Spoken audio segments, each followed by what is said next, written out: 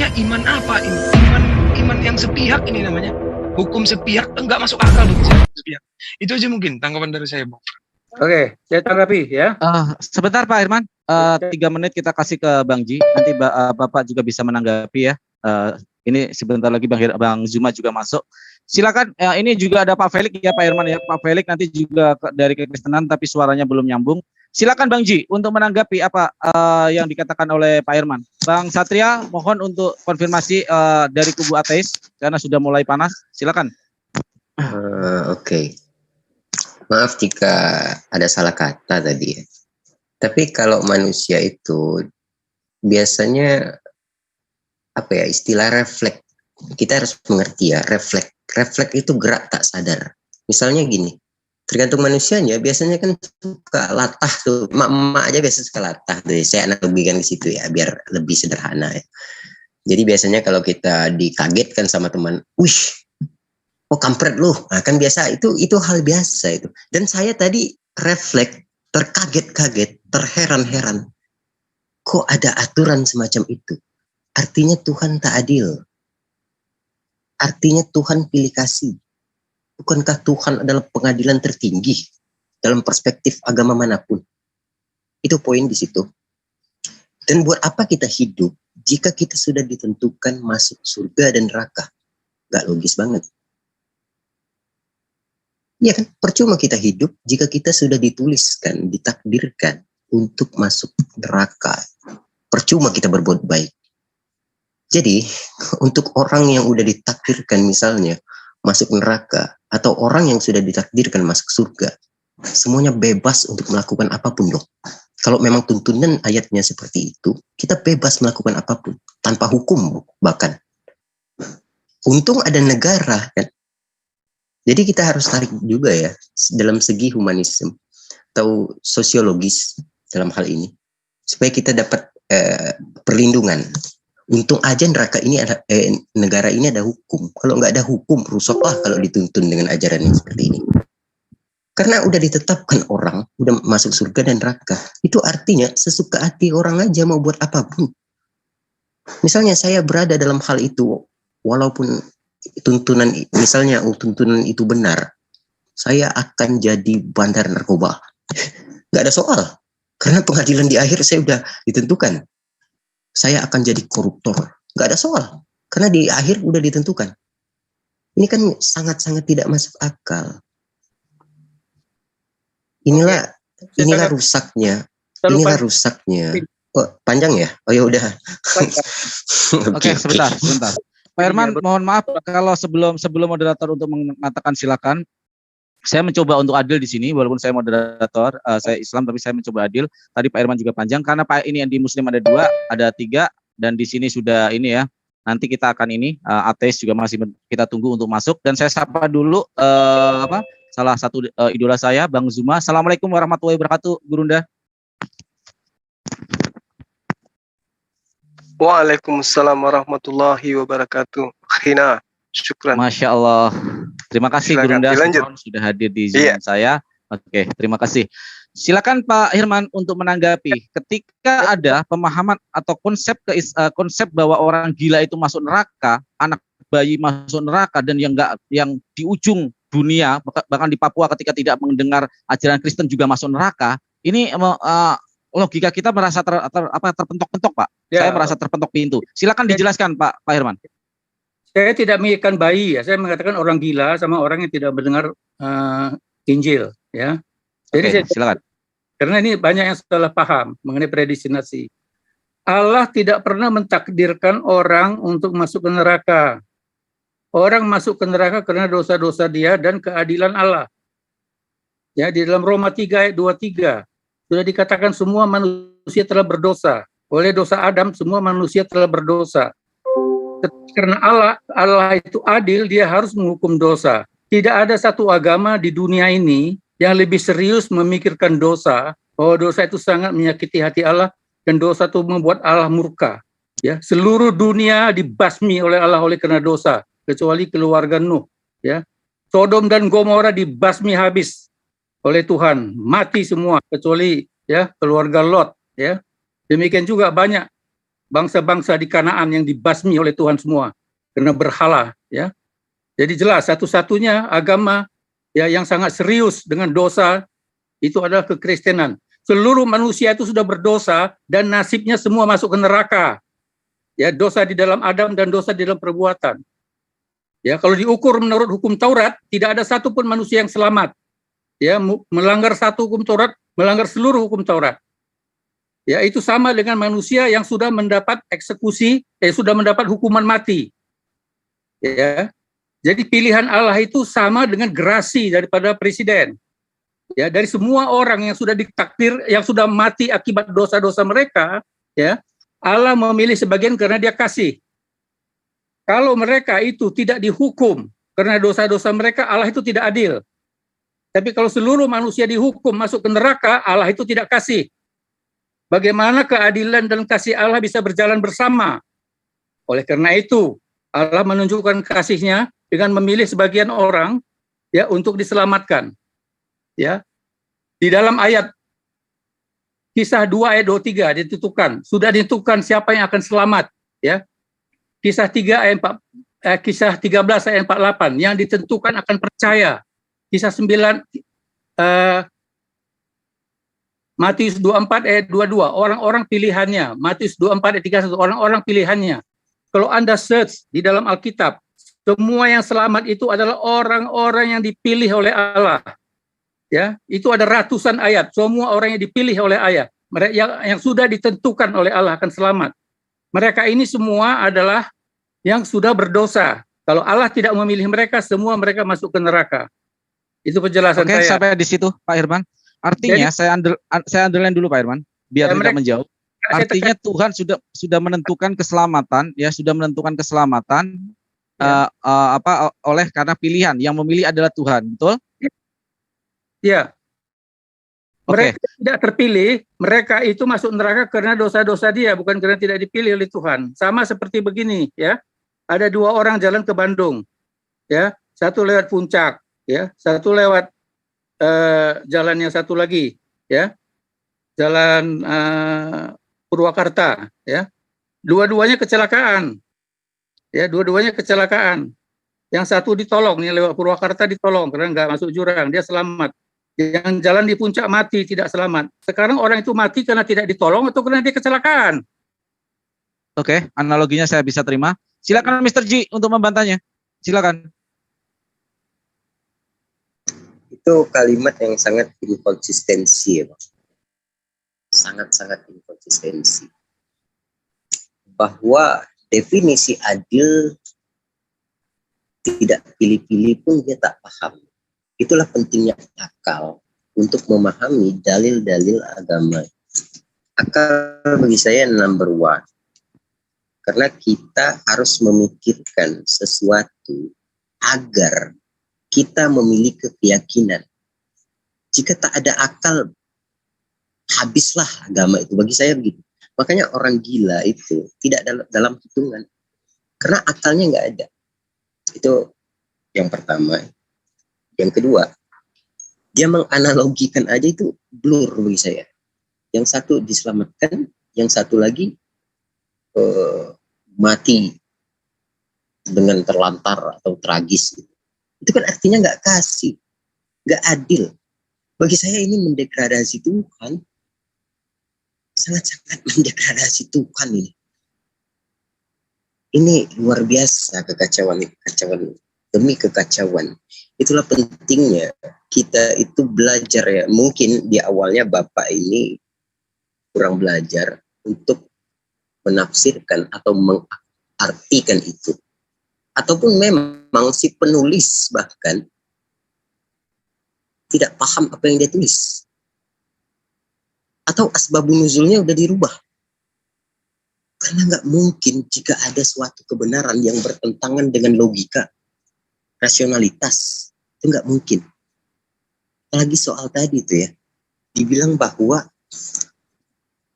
dibilang orang gila pun katanya bisa apa istilah tadi tuh, ya, Pak Herman bilang orang gila, soal orang gila tadi gimana? Bisa ini nggak, perjelas nggak? Soalnya prinsip penjelasan prinsip itu iman. Ya, tanpa iman tidak prinsip ada Tuhan. Iman itu pemberian dari Tuhan. Mereka yang dipilih, mereka yang dikaruniakan iman. Mereka yang untuk mereka yang tak diberi iman, dosanya, bukan karena tidak dipilih. Ya. Enggak, artinya gini. Untuk mereka yang tak diberi iman, mereka tidak selamat. Mereka tidak selamat. Sebab dia tak diberi iman? Sekarang saya tanya, ya. Oke, lanjutkan aja, Bang. Sebab dia tak diberi iman? Dengar dulu. Ini ada orang yang susah ya, ongoing ini susah ya. Mungkin keterbatasan dalam. Jangan dipotong. Dengar dulu. Saya kasih ilustrasi. Supaya jelas. Ya. Ini sebentar Pak Herman. Pak Herman. Tinggal gini. Pak Herman, waktu Anda tadi sudah dimanfaatkan. Ini waktu Bang Ji dan dia berhak untuk mempertanyakan statement dari Pak Herman. Ini saya kasih forum saya ini seperti ILC Pak Herman. Jadi ketika ditanya pendek, terserah Bapak mau jawab atau tidak, lanjut atau Bapak kalau mau menjawab ya gunakan waktu pendek Bapak. Ini sistemnya seperti itu yang saya ini biar kita lebih teredukasi netizen kita. Ya. Bang Ji mau bertanya atau meneruskan ininya? Meneruskan, silakan. Sekalian maksud saya ongoing kan. Oke, supaya silakan. Cepat gitu loh. Nangkepnya cepat, jawabnya cepat gitu loh. Jadi nggak terbata-bata. Jadi sinkronkan dulu mulut dan pikiran, otak. Itu poinnya. Nah, sebab dia tidak dipilih karena apa? Ya udah saya pilihkan jawabannya. Sebab dia tidak dipilih karena dosa kan? Gitu ya Pak.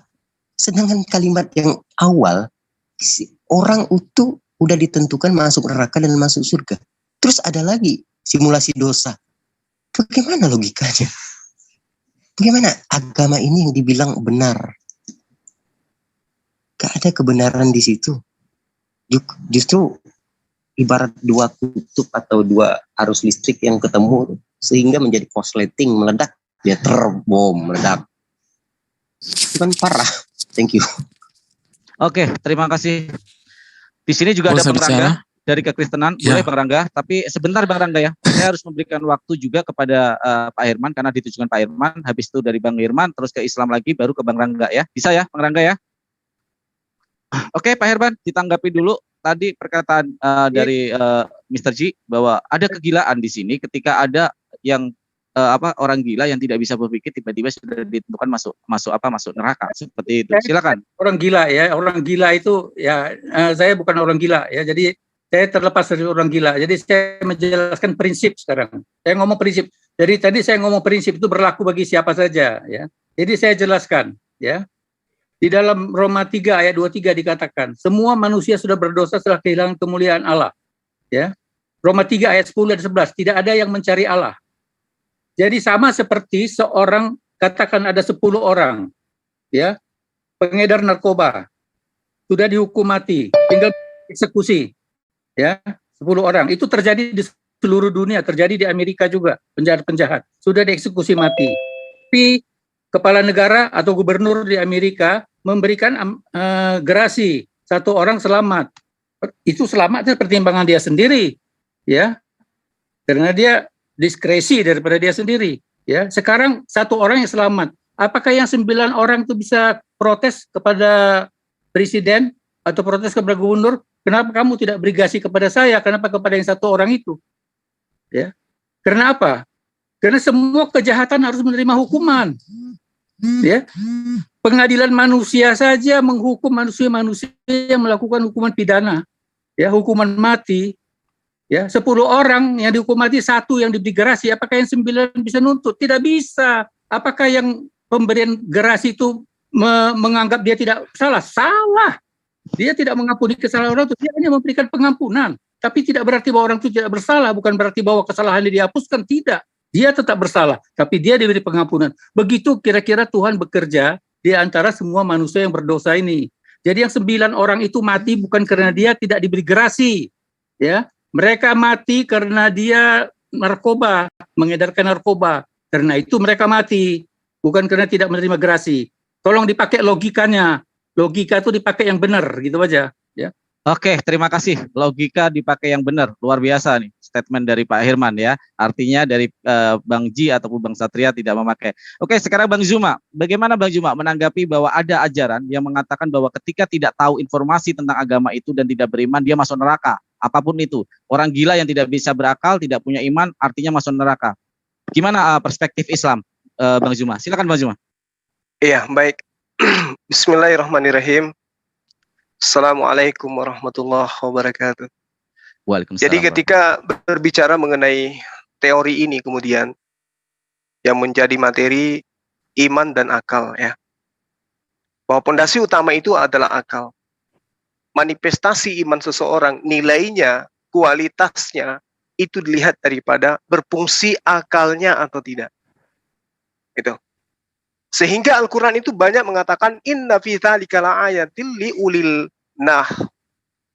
Jadi selalu merujuk kepada perintah untuk berakal. Selalu perintahnya itu merujuk kepada orang-orang yang berakal kemudian. Kenapa harus akal? Laqad khalaqnal insana fi ahsani taqwim. Karena manusia itu adalah manusia, makhluk yang kemudian dibedakan dari makhluk yang lain. Jadi saya katakan begini, bahwasanya akal, sebelum saya masuk ke tema yang tadi, pertanyaan saudara ya, kita harus memahami dulu nih, bahwa akal ini, itu tidak akan bisa berdiri sendiri. Akal baru bisa berfungsi jika dia memiliki naluri dan kekuatan. Sebagaimana mata bisa berfungsi jika mata itu mendapatkan cahaya. Mata tidak sakit, mata tidak rusak, tapi kalau dalam kegelapan, gak ada artinya mata. Begitulah akal. Akal tanpa naluri, tanpa kekuatan, yaitu iman, maka akal itu tidak akan berfungsi kemudian. Apabila akal manusia mendapatkan cahaya iman, barulah akal itu bisa seperti mata yang mendapatkan cahaya. Amin. Jika tanpa cahaya, maka akal tidak akan bisa melihat atau mengetahui sesuatu. Nah, saya di sini ingin membagi 4 golongan manusia yang perlu dipahami.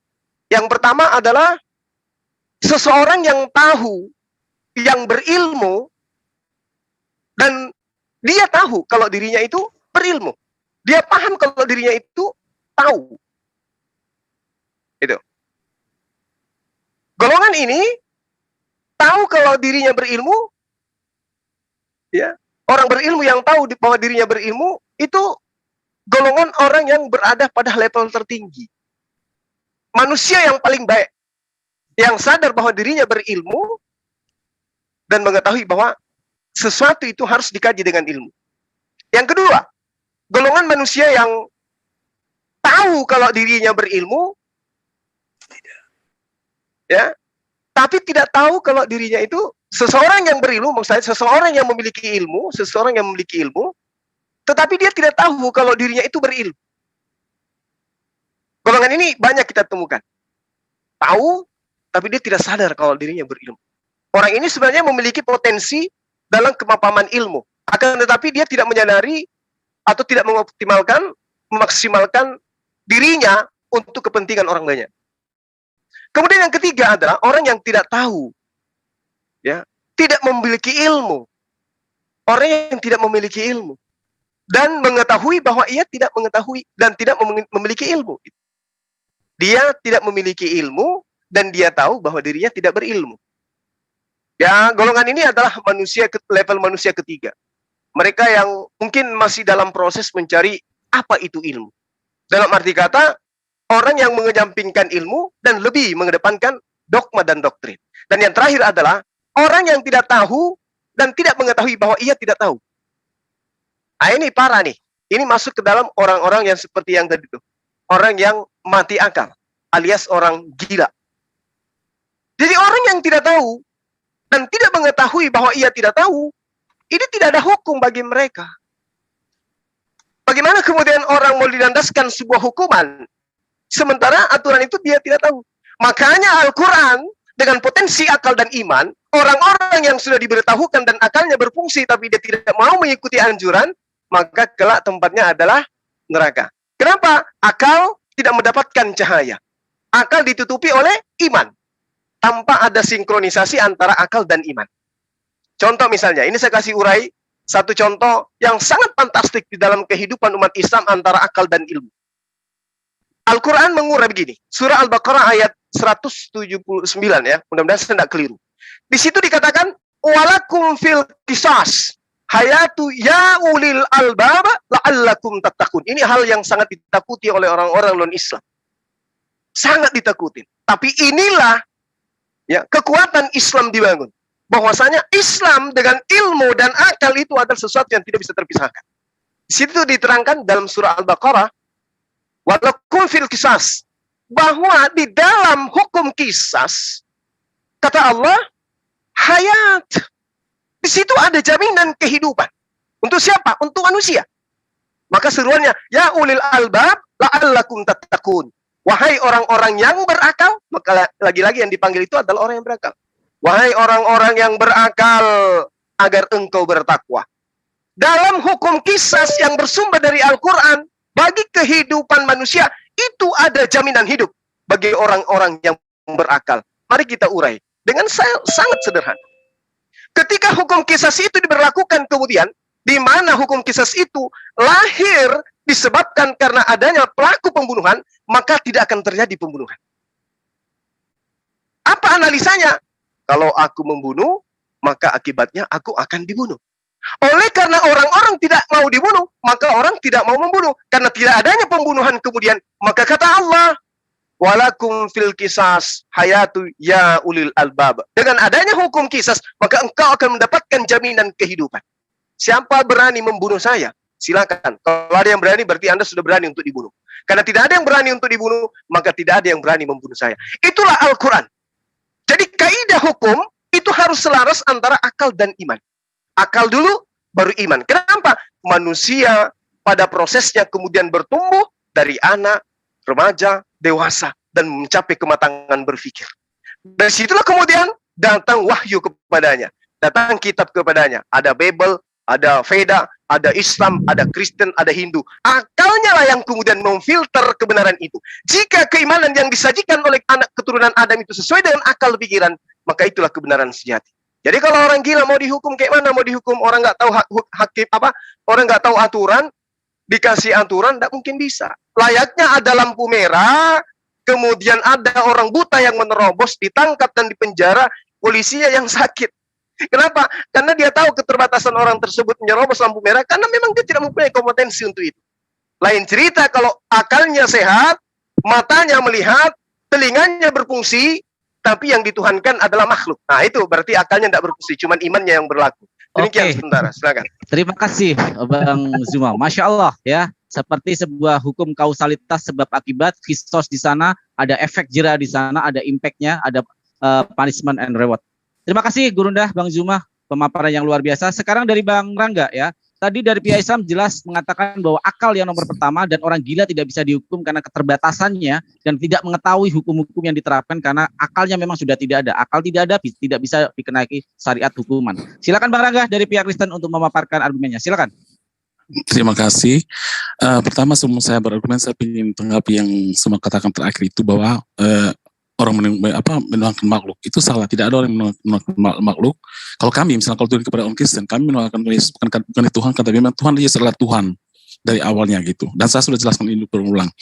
Terus yang kedua tentang Pak siapa tadi, Pak Herman ya. Saya setuju. Betul emang imam itu adalah orang ada yang dipilih emang. Tuhan sudah memilih orang-orang untuk masuk surga. Tapi kita juga bisa memilih gitu. Khususnya orang-orang yang belum dipilih yang belum dipilih ya, itu bisa memilih juga. Saya contohkan ketika Tuhan Yesus disalib bersama dua orang penyamun ya, dua orang penjahat di salib Golgota. Salah satu dari mereka mengakui Yesus. Dia meminta berharap pada Yesus, jika engkau di Firdaus, ingatlah akan aku juga. Dan Yesus mengampuni orang itu. Yesus mengatakan, saat ini juga engkau bersama aku di taman Firdaus. Tapi ada orang yang satunya tidak memilih, tidak meminta. Dia justru mengolok-olok. Yesus, jika betul engkau anak Allah, turunkanlah dirimu dan turunkanlah kami juga. Dia mengolok seperti kalian ini, mengolok-olok itu. Dan orang itu tidak selamat. Jadi kita juga manusia saat ini yang mendengar itu bisa memilih juga. Kalau kalian memilih untuk selamat ya bisa menerima Yesus, untuk selamat ya bisa menerima Yesus gitu. Kalau mau selamat gitu kan. Karena memang dalam iman kami satu-satunya jalan ke surga memang hanya Tuhan Yesus saja, tidak ada yang lain. Di luar Yesus tidak ada keselamatan. Nah, satu hal yang saya ingin penting juga mungkin kita bahas ini karena di sini antara Islam dan Kristen ada dua beda iman ya tentang keselamatan. Kalau dalam kekristenan, keselamatan itu hanyalah iman kepada Tuhan Yesus. Di luar Tuhan Yesus tidak ada keselamatan. Tapi kemudian teman-teman Muslim itu mengimani adanya amal kebajikan. Amal kebajikan dengan jembatan sirat apa segala macam. Nah, ini penting buat saya karena ternyata konsep ini berbeda dengan konsep kami orang Kristen ataupun orang kitab-kitab sebelumnya gitu. Tidak ada dalam hal ini dalam kitab kami, tapi justru ada dalam agama Zoroaster. Ini perlu saya bahas ini. Bagaimana konsep ini yang kalian imani ini justru ada dalam agama Zoroaster yang sama sekali tidak ada hubungannya dengan agama Kristen dan Yahudi, jembatan sirat apa segala macam. Nah, ini penting buat saya karena ternyata konsep ini berbeda dengan konsep kami orang Kristen ataupun orang. Halo, kita dulu gini. Halo, ini ada yang noise, ada yang membuka ini. Oke. Silakan lanjut, Bang Rangga. Ya, tolong kalian jelaskan gitulah. Bagaimana konsep agama Zoroaster yang mohon maaf, Bang Rangga. Bang Rangga, saya coba sedikit. Bang Rangga, saya sedikit. Ini tidak masuk ranah doktrinal. Tapi saya penting sekali. Karena ini kan menyangkut iman ya. Bagaimana kalian mengimani sesuatu yang justru sama sekali tidak ada dalam iman sebelumnya gitu loh. Karena kami kan kita kan kalian kan mengakui juga kita kami mengakui juga agama sebelumnya. Oke, udah saya. Tapi justru saya mempelajari agama Zoroaster. Saya tahu siapa itu Yorodas. Bahkan saya kalau Anda tanya ayat-ayatnya saya bisa. Dan itulah itu makanya konsep itu yang saya ingin tanyakan. Soalnya kan ini konsep masalah amal kebajikan kemudian jembatan. Kita bicara tentang itu kan sama adanya dalam agama Zoroaster, tidak dalam agama kami. Oke, saya bisa memahami dalam agama Kristen atau agama Yahudi gitu. Oke, cukup dulu, nanti bisa dilanjutkan ya. Ya. Sekarang Bang Satria, ini bahwa masalah orang gila ini memang tidak dibahas tidak ada satu ayat khusus yang mengatakan orang gila. Tapi kalau menurut saya itu bisa saja dia akan dihakimi berdasarkan bagaimana keadaan dia sebelum gila itu. Apakah dia percaya atau tidak gitu. Oke. Jadi itu bisa dilihat. Mohon maaf saya potong. Ya, waktu ada habis. Nanti saya ini lagi. Bukan dipotong. Saya moderator, saya LC, saya menentukan. Ya, mohon maaf ya.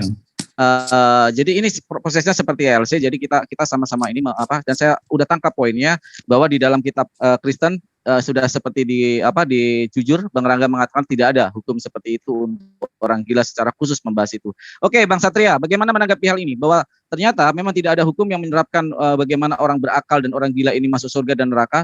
Terus tadi sebenarnya nanti tentang Yorodas atau Zoroaster ya, saya lebih tahu itu bahwa memang itu adalah ajaran ketauhidan awalnya, tetapi oke, itu kita kesampingkan dulu karena tidak sesuai dengan topik. Silakan Bang Satria untuk jawabannya. Ya, saya miris ya. Mirisnya begini, yang sangat percaya diri dengan lantangnya memberikan atau menggaungkan konsep ajaran kasih karunia, itu kan dari pihak Kristen, kan begitu. Lalu kemudian yang menjadi miris adalah pada saat mengambil satu kasus yang mana orang gila, orang gila dan bayi itu sama, ya memiliki keterbatasan, yang jelasnya itu ya, garis besar. Lalu kemudian orang-orang yang berada di belahan dunia yang sangat jauh dan di sana tidak mendapatkan pengajaran sehingga mereka tidak bisa beriman, lalu mereka ini dimasukkan ke dalam neraka, dibakar di nyala api. Sejak awal konsep atau ajaran kasih karunia itu hanya untuk Tuhan, artinya Tuhan itu hanya mengasihi dan mengaruniai dirinya sendiri, tidak dengan ciptaannya gitu. Ini kan berarti ada manipulasi. Jadi saya bakal buat nanti judul baru lagi, Tuhan telah tertipu dan Tuhan memanipulasi. Gitu. Kalau keterangan ini ya dipakai ya, kasus ini dipakai ya dalam hal ini. Jadi kalau di dalam Islam itu ada istilah pengecualian. Begitu. Pengecualian yang menjadi syarat utama, semisal ketika bicara soal rukun, ya sholat, semisal orang yang tidak bisa sholat berdiri itu bisa sholat duduk, bisa sholat tidur, bisa sholat pakai gerak tubuh yang lain ya, organ tubuh yang lain seperti mata. Itu diberlakukan karena ada pengecualian di hutan, karena tidak ada lagi sumber makanan yang lain, yang tersisa hanyalah yang haram seperti ular, kelelawar, terus juga buaya mungkin. atau kadal, itu boleh karena ada pengecualian. Di dalam Kristen, kasih dan karunia-Nya tidak ada pengecualian. Itu bukan kasih dan bukan karunia. Tidak ada pengecualian.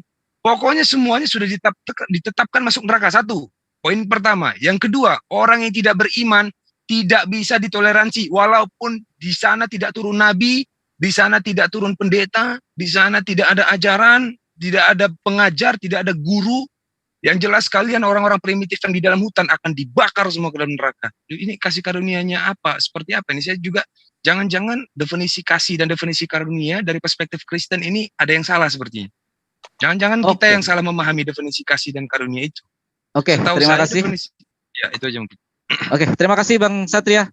Luar biasa di dalam Islam jelas ketika tidak ada rasul atau nabi yang diutus di suatu kaum itu, maka tidak akan mendapat hukuman di sana ya. Di sini ada juga hadir Pak Daniel, Pak Felix. Jadi Pak Irman tenang aja, ada pihak kekristenan nanti Pak Felix juga bisa ngasih argumennya. Silakan Bang Juma untuk menanggapi kembali. Tadi ada yang mengatakan bahwa Zoroaster adalah ajaran seperti Islam mengikut-ngikut ajaran lama, dan tadi dikatakan tadi bahwa ajaran seperti ini seperti apa ini? Kok ini cuma niru-niru aja Yahudi atau Kristen? Silakan Bang Juma. Iya, baik. Nah, inilah yang saya katakan bahwasanya kedudukan akal itu laksana mata. Dampak dalam kegelapan, kemudian mata itu tidak akan berfungsi. Tapi nyata mata itu adalah panca indera yang fungsinya untuk melihat. Tapi ketika materi yang dibangun untuk membuat mata itu melihat tidak ada, maka sama aja buta. Begitulah akal. Nah, sehingga ketika ada kesamaan kemudian satu prosesi atau keyakinan dalam kehidupan manusia yang dari sejak kecil agama apapun dia sudah diberikan akal, berkesesuaian kemudian dengan wahyu yang datang dalam Al-Quranul Karim, itu bukan berarti meniru. Kenapa? Karena potensi akal itu sudah ada dari sejak Adam alaihissalam dicipta oleh Allah Subhanahu wa Ta'ala. Nah, kalau kemudian Anda berbicara mengenai hal yang akan datang, masa yang tidak akan bisa kita cerna hari ini, yaitu masa di akhir di mana kita sudah berpindah alam. Berarti hal yang belum kemudian kita torehkan, yang bisa kita ambil kesimpulan bahwa ternyata itu adalah berita yang tidak benar karena belum dilalui. Yang saya katakan, kalau Anda menggunakan barometer itu, maka coba Anda lihat bagaimana di dalam kitab saudara. Ini justru sama dengan ajaran-ajaran yang saya katakan sama dengan ajaran Trinitas yang lain. Nah, muatan daripada Trinitas itu adalah pengharapan terhadap Tuhan datang dalam rupa manusia dan seterusnya. Coba Anda lihat di dalam 1 Tesalonika 4. Apa yang ditorehkan di sana? Nomor 16, nomor 17. Ini dasarnya yang tadi ya, tentang apa yang Anda torehkan dengan tuduhan itu.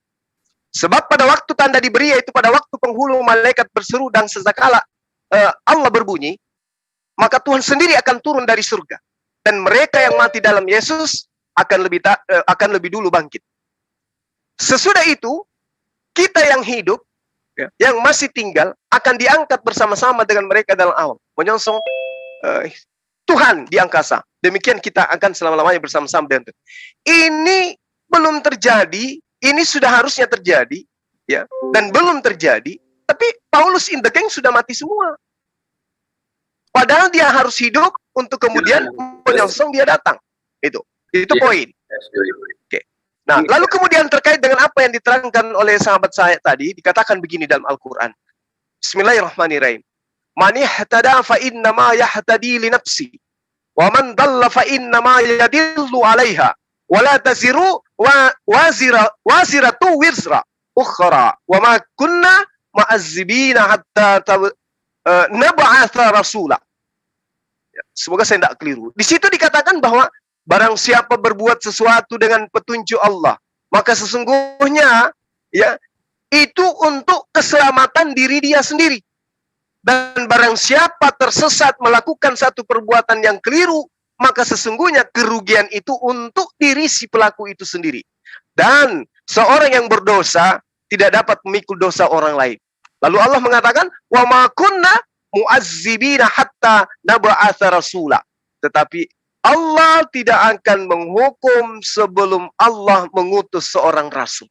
Nah, sekarang pertanyaannya, Orang yang lupa ingatan, orang yang gila, orang yang sinting, Rasul mana kemudian yang datang kepada dirinya? Seperti apa kemudian Rasul ini mengajarkan kepada orang yang gila, sehingga dia melanggar aturan-aturan Tuhan, sehingga dia harus menanggung pelanggaran dia terhadap aturan Tuhan itu. Inilah kekeliruannya. Makanya Rasulullah Muhammad SAW itu mengatakan bahwasanya ya Allah Subhanahu wa Ta'ala itu tidak akan menghukum beberapa oknum yang kemudian. Yang pertama adalah orang yang buta, orang yang tuli, orang yang gila, orang yang tua renta, dan kemudian orang yang meninggal pada zaman fatrah. Mereka mau dihukum seperti apa? Sementara hukum belum ada berlaku. Sama layaknya orang yang hidup di Indonesia sebelum Indonesia merdeka, itu belum ada lampu merah. Jadi orang bebas saja.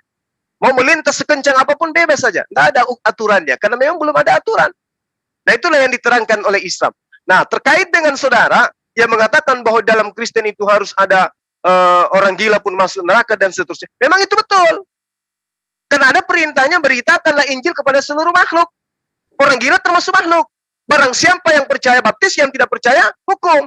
Orang gila ketika Anda injili, percaya enggak? Enggak percaya dia. Makanya orang Kristen yang gila pun akan masuk ke dalam neraka. Menurut versi dalil yang ada dalam kitab saudara. Inilah pentingnya akal. Di dalam beragama, akal harus mendapatkan posisi tertinggi. Sehingga apapun yang diurai kemudian, di dalam penjabaran wahyu, iman itu harus selaras dengan akal. Tidak bisa terlepas. Kalau dia terlepas dari akal, maka itu dikatakan imani saja. Mau dia salah, mau dia benar, yang penting percaya. Demikian. Oke, terima kasih. Tanpa akal, maka artinya imani saja. Bang Rangga, begini. Mohon maaf, bukan waktu Anda. Sebentar, saya harus memberi kesempatan Kristen yang lain. Harus sama dong. Kalau ya, ini ke Kristen lain, bukan Anda. Sebentar. Jangan. Bang Amadius, saya peringatkan sekali lagi, daripada Anda saya keluarkan.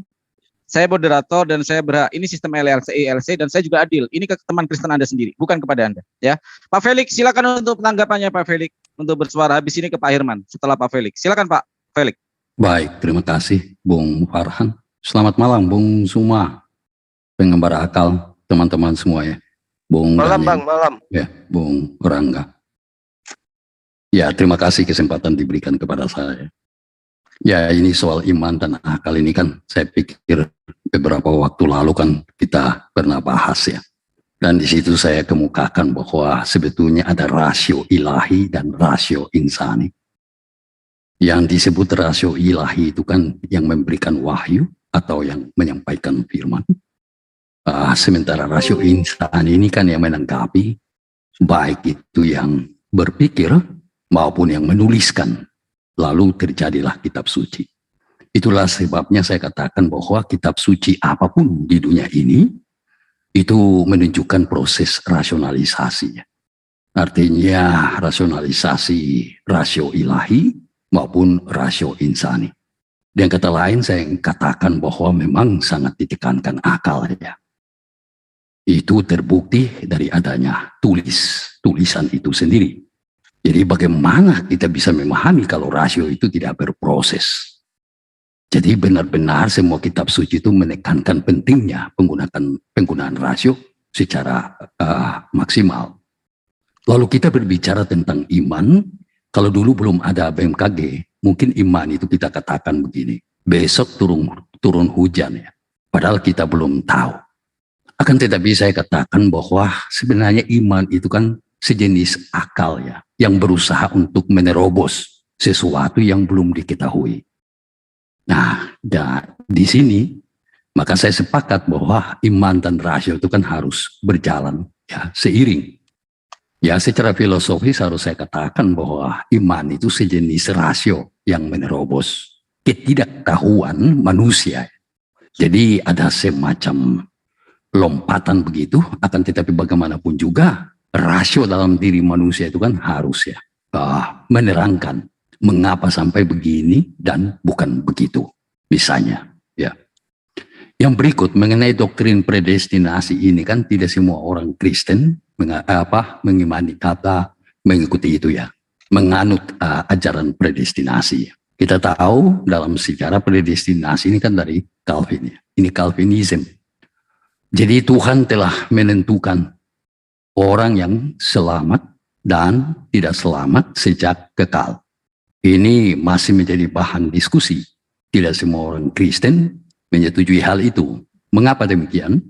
Karena memang rasio manusia ini kan memikirkan, kalau sudah menentukan seperti itu, apa artinya kehidupan ini? Belum kita berbicara tentang orang-orang yang tidak waras, ya, orang-orang gila, bayi-bayi misalnya, orang yang belum tahu kemana tangan kanan, mana tangan kiri. Belum tadi disinggung tentang di ujung dunia ya, belahan bumi lain. Misalnya kami di Papua ini, kalau ada orang yang belum mendengarkan Injil, pertanyaannya apakah nanti dia selamat atau tidak? Pertanyaan bukan hanya sebatas itu, akan tetapi menyangkut Pak Felix. Iya. Iya. Pak Felix. Iya, iya Pak. Suaranya agak keputus, artinya saya tekankan lagi, artinya bahwa Bapak setuju bahwa ketika belum mendapat pengabaran atau yang lebih ini orang gila karena akalnya tidak bisa dihukum, Pak. Menurut Pak Felix, silakan lanjut. Iya. Jadi itulah pertimbangan akal ya. Karena kita membaca kitab suci ini kan harus menggunakan akal maksimal. Dan kita tidak bisa menafsir begitu saja, harus punya pertimbangan-pertimbangan yang lain juga. Orang yang belum mendengarkan firman, penginjilan misalnya dari perspektif Kristen, apa dasar kita mengatakan bahwa dia tidak selamat? Oke, di satu sisi kita orang Kristen kan harus beriman bahwa hanya di dalam Yesus Kristuslah orang itu selamat. Tetapi kekristenan pun ya harus ya berpikir bahwa Allah punya hak prerogatif ya. Jadi kita tidak boleh melampaui Tuhan. Sebab pertanyaannya begini, kalau begitu sebelum Yesus datang, apakah orang-orang sebelum itu selamat ataukah tidak selamat? Mungkin kita lihat soal kematian misalnya ya, ketika Bahtera Nuh itu ya, ketika manusia di zaman Nuh, kemudian di zaman Sodom dan Gomora, mereka mati. Itu bukan soal mati fisik ya, yang dibicarakan keselamatan secara fisik. Tetapi kan kita tidak pernah tahu apakah mereka itu selamat ataukah tidak. Bagi saya tidak mau berspekulasi, dikembalikan kepada hak prerogatif Tuhan. Bagi saya seperti itu. Sementara demikian ya, Pak Farhan. Oke, terima kasih. Ada yang menarik di sini, ada dua narasi yang berbeda di dalam kekristenan, bahwa Pak Felix percaya bahwa membaca Bible harus dengan akal dan konteksnya, ketemu kontekstualnya. Bahkan di dalam Bible secara tersirat ada bahwa orang gila dan orang yang belum dikasih pengabaran tentang Injil ini tidak berhak untuk dimasukkan ke neraka. Sangat menarik. Silakan Pak Herman untuk menanggapi argumentasi tadi pemaparan dari kubu Islam, Bang Satria dan Bang Zuma. Silakan. Ya, Bang Herman. Bentar ya, saya screen ya.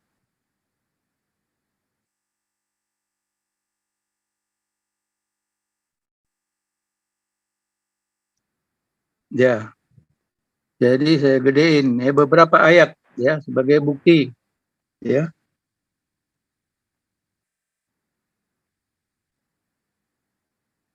Waduh. 2 Timotius 1 ayat 9. Dialah yang menyelamatkan kita dan memanggil kita dengan panggilan kudus, bukan berdasarkan perbuatan kita. Ya, jadi Allah memanggil kita itu memanggil untuk keselamatan bukan berdasarkan perbuatan, melainkan berdasarkan maksud dan kasih karunia-Nya sendiri yang telah dikaruniakannya kepada Kristus sebelum permulaan zaman. Ya, secara teologis ini identik dengan tadi ya ayat 1 Efesus 1 ayat tadi ya, sebelum permulaan zaman. Kisah 13 ayat 48. Mendengar itu bergembiralah semua orang yang tidak mengenal Allah, dan mereka memuliakan firman Tuhan. Dan semua orang yang ditentukan Allah untuk hidup kekal menjadi percaya. Jadi yang menjadi percaya itu yang sudah ditentukan oleh Allah untuk hidup kekal, ya, bukan berdasarkan perbuatan manusia. Ya. Matius 22 ayat 14. Sebab banyak yang dipanggil, tetapi sedikit yang dipilih. Ya. Istilah dipilih berarti bukan borongan, bukan universal. Ya. Dipilih itu adalah sebagian dari semua. Matius 24 ayat 22. Dan sekiranya waktunya tidak dipersingkat, maka dari segala yang hidup tidak akan ada yang selamat. Akan tetapi oleh karena orang-orang pilihan, waktu itu akan dipersingkat.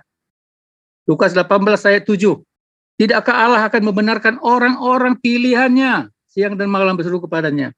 Roma 11 ayat 7. Jadi bagaimana Israel tidak memperoleh apa yang dikejarnya, tetapi orang-orang yang terpilih telah memperolehnya, dan orang-orang yang lain telah tegar hatinya. 2 Timotius 2 ayat 10. Karena itu aku sabar menanggung semuanya itu bagi orang-orang pilihan Allah. Ya, terlalu banyak istilah pilihan. Apa artinya pilihan? Karena memang dari semua orang yang tidak selamat itu, Allah memilih sebagian. Dan Allah memanggil dia, dan Allah juga mengaruniakan keselamatan. Kasih karunia itu bukan atas hak orang berdosa, sebab Tuhan tidak pernah berhutang keselamatan kepada manusia. Ingat itu. Ya, Tuhan tidak pernah berhutang keselamatan kepada manusia, tetapi manusia yang berdosa sudah kehilangan kemuliaan Tuhan. Peta dan teladan Allah sudah rusak akibat dosanya. Jadi dari semua manusia yang sudah berdosa, tidak terkecuali itu, Allah memilih. Yang dipilih oleh Allah inilah disebutkan orang-orang pilihan, karena Allah itu berdaulat. Kalau Allah tidak kasih, semua manusia itu tidak ada yang selamat. Semua akan masuk ke dalam neraka. Sama seperti orang yang sudah diputuskan hukuman mati inkrah, tidak ada ampunan. Kalau tidak ada gerasi, semua mereka itu akan dibunuh mati. Nah, itu saya jelaskan. Nah, sekarang mengenai iman dan rasio, ya. Iman tidak membunuh rasio, ya. Tetapi iman adalah pengembalian rasio kepada kebenaran. Kebenaran itu adalah Tuhan, Allah, dan kebenaran itu adalah firman-Nya. Jadi iman itu tidak pernah membunuh rasio, tetapi mengembalikan rasio. Rasio yang sudah rusak akibat dosa manusia, ya, dikembalikan kepada kebenaran. Kebenaran itu adalah dirinya Allah dan firman-Nya. Iman menerangi rasio manusia. Iman bukan sekedar mau percaya tanpa mengetahui apa yang ia percaya. Iman bukan sekedar pengertian di dalam otak tanpa kelanjutan apapun. Tetapi iman harus sampai pada hati yang menerima, mengakui apa yang mengerti. Iman bukan persetujuan rasional. Ya, itu bedanya iman dengan rasio. Iman juga bukan sekedar ucapan mulut saja. Iman adalah penaklukan rasio ke bawah kebenaran Tuhan. Iman membawa rasio kembali kepada kebenaran. Oleh karena itu, orang yang beriman, rasionya tidak menjadi negatif dan tidak terikat. Orang yang beriman, rasionya akan kembali kepada kebenaran yang mencipta rasio. Iman adalah penaklukan rasio kepada kebenaran. Mengembalikan rasio yang dicipta kepada kebenaran yang Sang Pencipta. Berarti iman adalah penerobosan dari yang terbatas menuju kepada yang tidak terbatas. Seorang menikmati hal-hal yang di luar rasio. Jadi kita harus memakai rasio, tetapi rasio itu perlu ditaklukkan kepada firman. Jika tidak, maka hidup kita akan berbahaya sekali. Itu kurang lebih. Terima kasih Pak Herman pemaparannya. Kalau saya dengar sih agak textbook, tetapi ada poin yang bisa saya tangkap di sini, yaitu tentang iman dan rasio. Artinya rasio harus diterangi iman, tetapi bagaimana untuk meraih iman jika rasio tidak digunakan? Itu pada dasar argumen dari Pak Herman. Silakan Mr. G untuk menanggapi dari Pak Herman dan tadi sebelumnya dari Pak Felix. Mr. G, silakan. Ya, saya nggak panjang ya. Yang etis saja lah saya ambil. Yang diterangkan tadi itu sangat, boleh nggak saya pakai kata membosankan? Karena pure-nya nggak ada. Sangat membosankan, bahkan menjengkelkan karena udah pakai waktu yang berlebih-lebihan. Itu pure-nya nggak ada. Jadi intinya adalah, buat apa kita hidup jika semua itu sudah ditentukan? Ngapain Tuhan capek-capek bikin dunia itu? Mending siapin aja akhirat atau surga dan neraka. Pilih yang masuk neraka, pilih yang masuk surga itu. Nggak perlu ada dunia ini. Bukankah kalau secara kita pakai dalil agama supaya runtunnya logika, dunia ini adalah tempat di mana penentuan kita untuk mempunyai tempat di ujung alam semesta, istilahnya begitu. Jadi penghakiman tertingginya di sana, pengadilan tertingginya di sana. Terus saya analogikan, apakah Anda mau jika Anda bekerja mati-matian, menguras keringat tanpa dibayar? Hebat banget orang itu. Berarti orang itu bisa menerima dengan lapang dada. Akhirnya dia mati kelaparan. Potensinya begitu secara logika. Maka dari itu kita nggak bisa lepaskan logika. Keruntunannya begitu, saudara. Walaupun dia nggak seakidah dengan saya, tapi saya anggap dia saudara saya karena dalam kemanusiaan. Oke. itu soalnya. Saya terima kasih di bagian itu. Terima kasih. Oke, terima kasih Pak Herman. Bang Ji ini, Mr. Ji ini baru saja ya. Dia awalnya adalah mencari kebenaran dengan logika dan menemukan di dalam Islam. Terima kasih Bang Ji. Luar biasa argumennya dan cenderung membosankan ya, membosankan. Gak apa-apa Pak Herman, kita menggunakan diksi. Dan boleh saya tambahin dikit nggak bahwa logika itu penting? Boleh, silakan. Oke. Saya baru memang, tapi saya sudah membaca tentang Ibrahim. Yang pentingnya itu akal. Ibrahim meruntuhkan berhala-berhala, meluluh lantakkan berhala-berhala. Satu ditinggalkan berhala, yaitu berhala yang sangat gede, besar. Digantunglah kampak itu di leher berhala. Akhirnya si raja itu menemui Ibrahim. Hei Ibrahim, engkau kan yang menghancurkan berhala ini. Ibrahim berdalih. Kampaknya di mana? Kampaknya di leher berhala yang besar. Artinya yang melakukan adalah berhala yang paling besar, kata Ibrahim. Terus si raja menjawab, nggak mungkin dia melakukan, karena dia tidak bisa berbuat apa-apa. Akhirnya Ibrahim berdalih lagi. Terus kalau tidak bisa berbuat apa-apa, kenapa kalian sembah? Poinnya letaknya di akal. Ngerti ya maksud saya ya? Luar Itulah biasa, pentingnya akhirnya akal. sangat luar biasa. Itu kisah pentingnya akal, bagaimana Ibrahim menggunakan hal itu untuk mematahkan logika daripada Fir'aun. Jika tidak, kamu sendiri tidak tahu apa-apa, kenapa kamu sembah? Itu poinnya. Terima kasih Mr. Ji. Suka sekali saya dengan satir-satir yang seperti itu. Oke, saya kasih kesempatan untuk Bro Daniel. Silakan Bro Daniel, habis ini dari Muslim 2. Sekarang Kristen dulu, biar adil. Silakan Bro Daniel, waktunya digunakan. Iya, penjelasan dari Bro J ini pun membosankan menurut saya. Dia pun tidak menampilkan penjelasan yang dapat membantah apa yang Pak Herman sampaikan. Mungkin karena ketidakmampuan dia ya untuk menganalisis ya apa yang Pak Herman sampaikan. Jadi hanya berhenti pada kesimpulan membosankan. Tapi kita bertanya apa yang membosankan, tidak dia jelaskan dari poin Pak Herman yang membosankan itu apa, sedikit pun dia jelaskan. Jadi yang saya mau sampaikan di sini Pak, apa yang Pak Herman sampaikan situ, ini saya terangkan ulang sekali lagi. Yang sama dengan Pak Felix juga, bahwa iman dan rasio, atau kita kalau pakai istilah yang umum, itu adalah rasio dan intuitif. Nah, iman ini bermain pada hal yang intuitif ini. Jadi, ketika orang bilang rasio, berbicara tentang rasio, itu berbicara tentang perhitungan. Bagaimana kita, contoh ya, kita berkata bahwa kita punya kemampuan sedemikian rupa untuk bisa mencapai tujuan yang kita inginkan dengan kemampuan, dengan apapun yang kita miliki. Tetapi itu tidak cukup.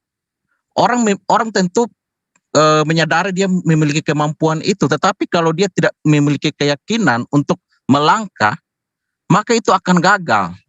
Maka itu tidak akan jalan. Nah, berbeda dengan iman di dalam kekristenan, iman itu datangnya dari Tuhan dulu, bukan dari manusia. Jadi bukan manusia mengandalkan iman seolah-olah iman itu milik manusia, bukan. Iman itu diberikan oleh Tuhan. Manusia, dia mau menerima atau tidak. Dia menerimanya dengan rasio. Iman itu dari Tuhan. Contoh, Yesus membuat 5 ekor ikan dan 2 roti, ya, itu bisa memberi makan 5.000 orang.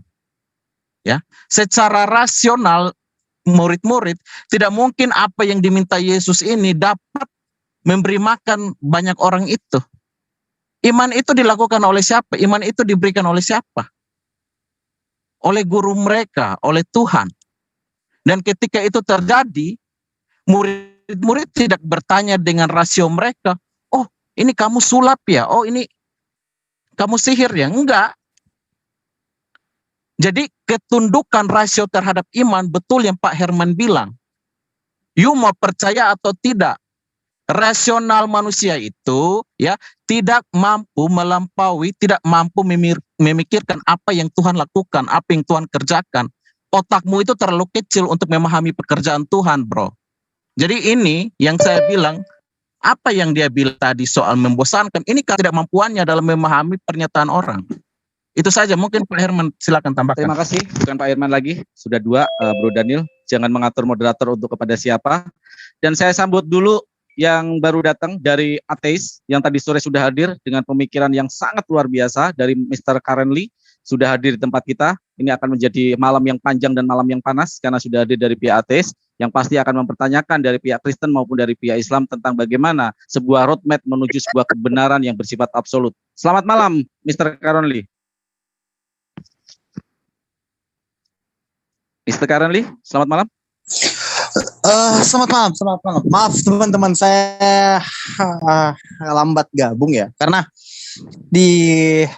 kebetulan saya tiba-tiba tadi dipanggil oleh seseorang, ada urusan yang begitu urgent, jadi saya lambat bergabung. Gimana nih? Diskusinya sudah sampai di mana? Oke, baru setengah jalan, masih menarik dan makin panas.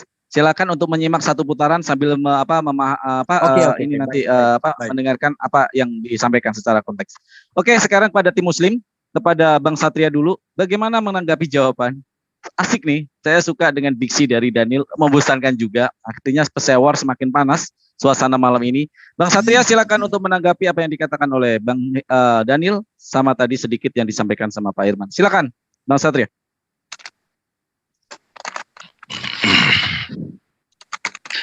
Enggak, jadi gini ya, ketidaktahuan ya membosankan. Sebenarnya yang membosankan itu adalah orang yang kesulitan untuk untuk mendeskripsikan sesuatu yang logis. Hanya menggunakan peralatan imanen itu betul-betul membosankan.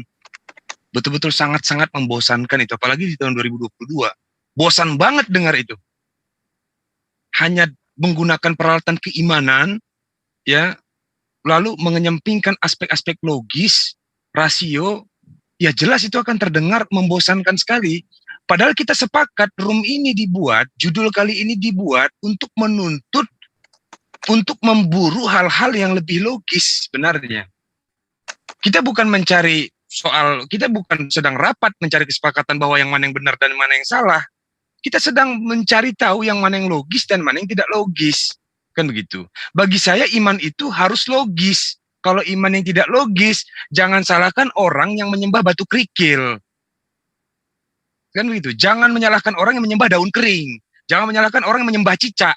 Gitu. Dan jangan tebarkan Injil kemana-mana. Gitu. Atau jangan berdakwah kemana-mana. Gitu. Islam, Hindu, Buddha, jangan. Gitu. Karena iman itu tidak butuh logis. Kan begitu. Tapi kenyataannya apa? Kenyataannya semua orang-orang yang mengajarkan soal konsep-konsep keagamaan ini justru metodenya menggunakan teknik, menggunakan strategi Anda sekalian. Misalnya salah satunya ya, para penginjil. Strategi yang Anda pakai itu datang dari mana itu? Emang iman? Emang Yesus mengajarkan strategi? Oh, konsepnya begini, kita gabung ke komunitas ini. Kita cari gereja-gereja, kita cari orang-orang yang lapar, kita pergi ke Afrika, kita pergi ke Brazil. Itu strategi dari mana itu? Strategi dari iman. Itu Roh Kudus yang ngasih itu, begitu-begituan. Kan enggak kan? Itu kan datang dari pengetahuan kan? Jadi untuk memperkenalkan Tuhan saja, ternyata, sorry ya, kalian menggunakan peralatan pengetahuan, peralatan akal, supaya kalian bisa memperkenalkan Tuhan. Loh, sejak awal kalian bilang akal itu udah paling bawah, paling dasar. Kalian sedang menjelaskan konsep Tuhan, tapi kok kalian pakai peralatan akal itu untuk memberikan pengajaran kepada orang lain supaya orang lain itu mudah mengerti gitu. Itu kan pakai akal, curang dong. Maka ini hari ini akan dibantai habis dong sama ateis nanti. Saya prediksi bakal habis dibantai sama ateis ketika peralatan yang paling dia agungkan itu ditunggangi, dikerdilkan, namun secara tidak langsung kalian tunggangi juga, kalian pakai juga peralatan itu. Gitu.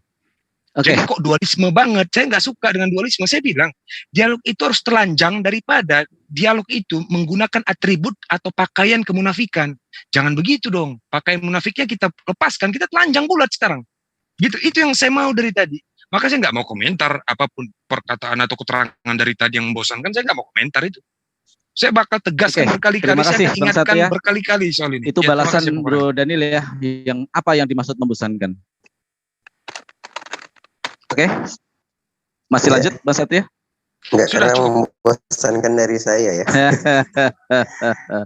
Dia copy paste itu. Jadi gini, perspektif membosankan ya. Membosankan. 1 menit, Mr. G. Silakan. Iya, 1 menit ya. Saya teruskan tadi contoh. Saya teruskan yang kelima ya dari Bang Zuma ya. Saya tambah-tambahin aja nih. Contoh manusia. Ini korelasi dengan membosankan. Manusia yang tidak tahu dan tidak mengetahui, tapi ingin selalu bicara itu. Akhirnya ngalur ngidur, nggak jelas. Itu disebut membosankan, bahkan menjengkelkan. Kalau biasa orang yang makan seafood kena alergi, nah kayak gitu tuh. Jadi kayak makan seafood ya, alergi kita jadinya. Saya nggak mau sebut itu jijik, tapi alergi aja. Terima kasih Mr. G. Sarkas yang luar biasa. Nggak apa-apa ya di sini ya yang diserang argumen.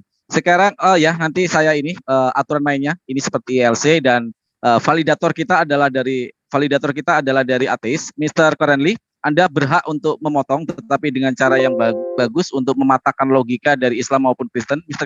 Karenli siap? Saya menyimak dulu, saya bisa menyimak dulu, saya ingin melihat dulu argumentasi seperti apa karena dari argumentasi masing-masing saya tidak mau berfokus hanya pada dua agama ini ya. Kalau bisa hadirkan beberapa agama yang sekiranya diakui di Indonesia ini agar kita bisa bedah tuh. Kita bisa tunjukkan di mana kesalahan berpikirnya, di mana kesalahan penempatan logikanya gitu. Jadi jangan hanya berfokus pada 2 agama yang dianggap mayoritas di negara ini gitu. Karena semua agama berpotensi memiliki logical fallacy gitu. Terima kasih Bang Karenli. Malam ini sebenarnya saya juga mengundang dari pihak Buddha, tetapi dia datangnya bisanya sampai jam 10:30 Buddha, tetapi lebih kepada arah agnostik, tetapi dia masih mengakui kebudaannya ya. Yang kemarin kita bisa yang diskusi sama saya juga dengan Bang Satria. Sekarang Bang Zuma. Bagaimana Bang Zuma untuk menanggapi bagaimana tadi terjadi pemahaman yang dari Daniel dan Pak Herman tadi tentang konsep bahwa akal itu nggak bisa menjangkau kalau tanpa ini, dan iman itu adalah pemberian bukan pencarian dengan akal. Silakan Bang Zuma. Baik. Kemudian memang ada yang mendasari ya di dalam sebuah pemahaman yang terkait dengan kitab yang saudara-saudara Kristen imani. Di pengkhotbah itu di situ dikatakan bahwa antara hewan dan manusia itu tidak ada yang lebih dari 2 makhluk ini. Semuanya sama. Maka wajar kemudian ketika akal itu adalah sesuatu yang dicemooh di dalam konsep iman mereka. Padahal, saya katakan tadi, akal itu laksana mata yang ketika tidak ada kemudian iman dalam arti pencetusan dalil, nakli, wahyu, atau kitab suci, atau ilham dari sang pencipta langit dan bumi. Akal itu laksana biji mata. Kalau dia tidak mendapatkan siraman iman dalam arti kata wahyu di sini, iman, maka mata itu laksana pada ruang yang gelap. Ada fungsinya jelas, tapi tidak berfungsi. Kenapa? Akal tidak dibaluri dengan iman. Artinya iman tertolak dengan akal. Jadi matanya ada, tapi karena dia tidak fungsikan, dia meraba-raba. Semua dianggap benar. Semuanya dianggap keselamatan. Yang penting imani saja. Jadi sesuatu yang dia anggap benar, itulah yang benar. Kenapa? Akal nggak difungsikan. Nah, sementara kedudukan makhluk manusia yang dicipta dalam kondisi yang sempurna dibandingkan makhluk lain, akal itu merupakan syarat dalam mempelajari semua disiplin ilmu. Akal juga adalah syarat untuk menjadikan semua perbuatan manusia itu baik dan sempurna. Dan dengan akal itu pula, ilmu dan amal itu menjadi lengkap. Celakanya sekarang ketika dikatakan bahwa akal itu hal yang terendah. Akal itu bukan penentu dari sebuah keselamatan. Sementara akal ini adalah senjata yang paling mutakhir, yang paling tertinggi, yang merupakan sarana manusia untuk memahami kebenaran, untuk membedakan dirinya dengan makhluk lain, termasuk binatang. Jadi kalau misalnya ada posisi di mana manusia tidak menggunakan akal, maka kata kitab saya nih, orang itu lebih rendah dari makhluk yang rendah. Contoh misalnya, orang karena tidak menggunakan akal, segala sesuatunya pun disembah karena iman. Nah, serendah-rendahnya ayam, tidak ada ayam yang menyembah sesamanya ayam, tidak ada. Kenapa? Dia makhluk tidak dikasih akal, oleh karena tidak kasih akal, dia tidak akal-akalan. Maka posisi kodratnya kemudian melakukan apa yang sesuai dengan habitatnya dia sebagai makhluk hewan. Tapi kalau manusia berlaku seperti ini celaka. Nah, kemudian pernyataan Pak Herman tadi dikatakan bahwasanya manusia itu diselamatkan bukan karena perbuatan. Nah, ini dia. Ini akibat punya mata, tapi cuma meraba, nggak difungsikan. Kenapa saya katakan demikian? Di kitabnya sudah sangat jelas diterangkan, manusia diupah berdasarkan atas perbuatan. Neraka surganya orang dalam kitabnya itu ditentukan oleh perbuatan. Banyak dalil. Kalau diminta saya kasih puluhan ayat, saya kasih. Bahwa yang menentukan keselamatan itu adalah perbuatan. Saya kasih contoh satu nih. Perjanjian baru aja dulu. Surat untuk orang yang di Romawi. Ia akan membalas setiap orang menurut perbuatannya. Nah, karena tidak difungsikan akal, dalil yang ada di dalam kitab pun dianggap tidak ada gunanya. Inilah yang saya katakan, ya, produksi akal itu mengakibatkan manusia itu bisa membedakan antara hak dan yang batil. Karena dia tidak fungsikan, itulah jadinya. Kitabnya mengatakan manusia diselamatkan atas perbuatannya, tapi imannya mengatakan orang selamat karena anugerah. Kayak mana mau dianugerahkan kalau tidak dimanfaatkan fasilitas yang ada? Kayak mana mau digaji kalau tidak bekerja? Enak aja bermimpi mau digaji tapi tidak bekerja. Inilah yang saya katakan, akal adalah merupakan mata seseorang. Dan iman, pengetahuan kitab suci adalah cahaya. Sehingga mata itu bisa berfungsi. Demikian. Oke, Masya Allah. Terima kasih Bang Zuma, Burunda. Sangat luar biasa penjelasan tentang bagaimana akal bisa berfungsi ketika tersinari oleh firman atau tersinari oleh kitab suci sehingga akal itu bisa berfungsi dan lebih maksimal dan digunakan. Semua perbuatan iman adalah hasil dari upadaya akal pada bukan sebuah keimanan. Terima kasih Burunda. Sekarang ke Pak Felix. Tadi menarik para Iwan Filah yang kita dengarkan tadi Pak Felix mengatakan bahwa orang gila dan orang yang tidak mendengar pengabaran Injil belum tentu tidak boleh dicap sebagai langsung masuk neraka. Bagaimana mereka tidak mengetahui apa yang mau dihukum. Nah, menarik ini karena berbeda dengan kekristenan yang lain. Menurut Pak Felix, bagaimana Pak Felix tentang pemahaman bahwa iman itu lebih berarti, iman itu lebih tinggi daripada akal. Bahkan Pak Herman tadi bilang bahwa akal ini menempati strata paling rendah dalam iman, kebenaran, dan rasionalitas. Silakan Pak Felix. Baik, terima kasih Bung Farhan. Jadi sekali lagi ya saya katakan bahwa sebetulnya akal itu kan menduduki posisi tertinggi ya dalam eksistensi manusia. Makanya saya bilang semua kitab suci itu kan proses akal sebetulnya. Kita mau katakan itu kan proses akal ilahi dan insani. Seperti itu, karena ada yang mewahyu, lalu ada yang menuliskan. Mengapa saya katakan bahwa akal itu menduduki tempat yang tertinggi ya, dalam eksistensi manusia? Karena akal itu inheren. Akal itu bukan sesuatu yang ditambahkan ya, status ontologisnya. Sejak manusia itu berproses, terbentuk ya, itu proses akal itu sudah mulai ya. Jadi ini kita berbicara tentang sesuatu yang sangat kompleks terkait dengan keadaan tubuh atau jasmani manusia itu juga tidak bisa dilepas pisahkan. Akal ini inheren. Jangankan manusia, ya. Kita lihat misalnya, mungkin kita definisikan bahwa kreativitas daripada makhluk infrahuman itu bukan akal atau rasio, melainkan kita bilang naluri.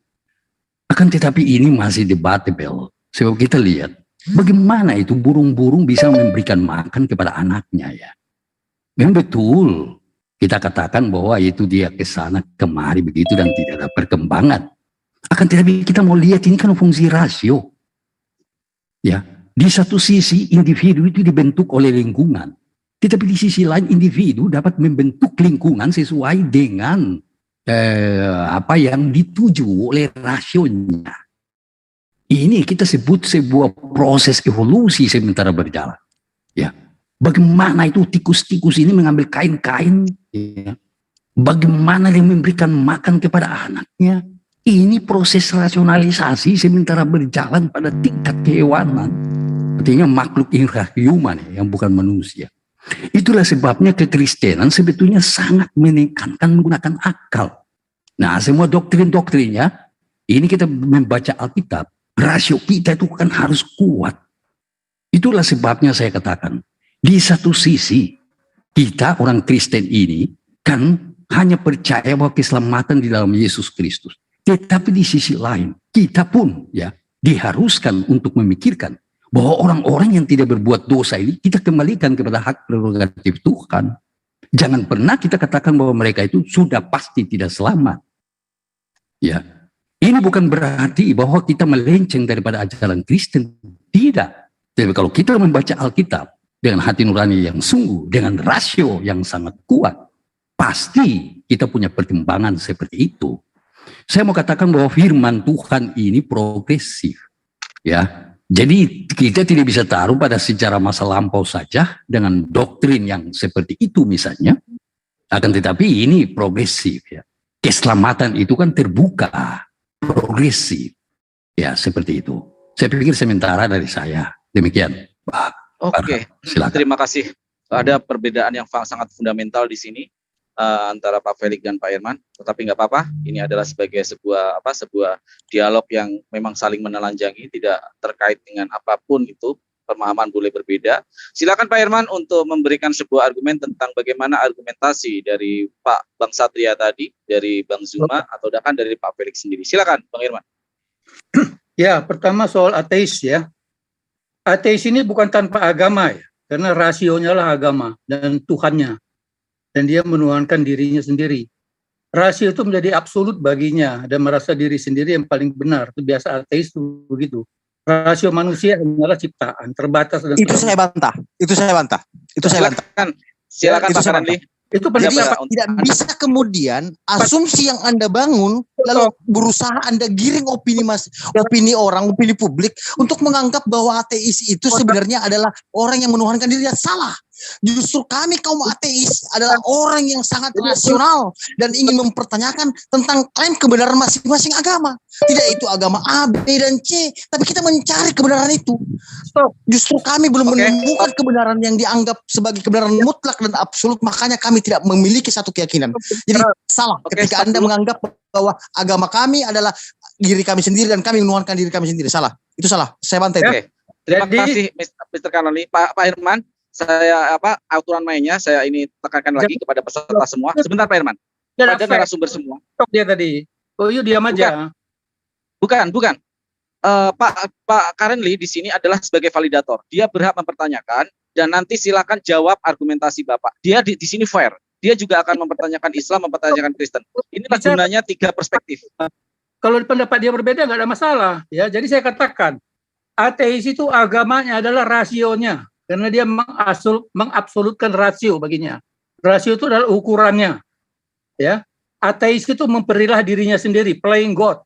Padahal argumentasinya nihil sama sekali, tidak bernilai. Karena roh humanismenya sudah menguasai akalnya. Oke, itu untuk ateis. Sekarang saya ngomong mengenai masalah iman dan rasio. Ya, saya share screen sebentar. Ya, share screen. Oh, salah ini. Saya share screen. Saya sebenarnya mau mengatakan quote dari Rocky Gerung sih, tetapi nggak jadi deh. Silakan Pak Herman. Ya. Kenapa?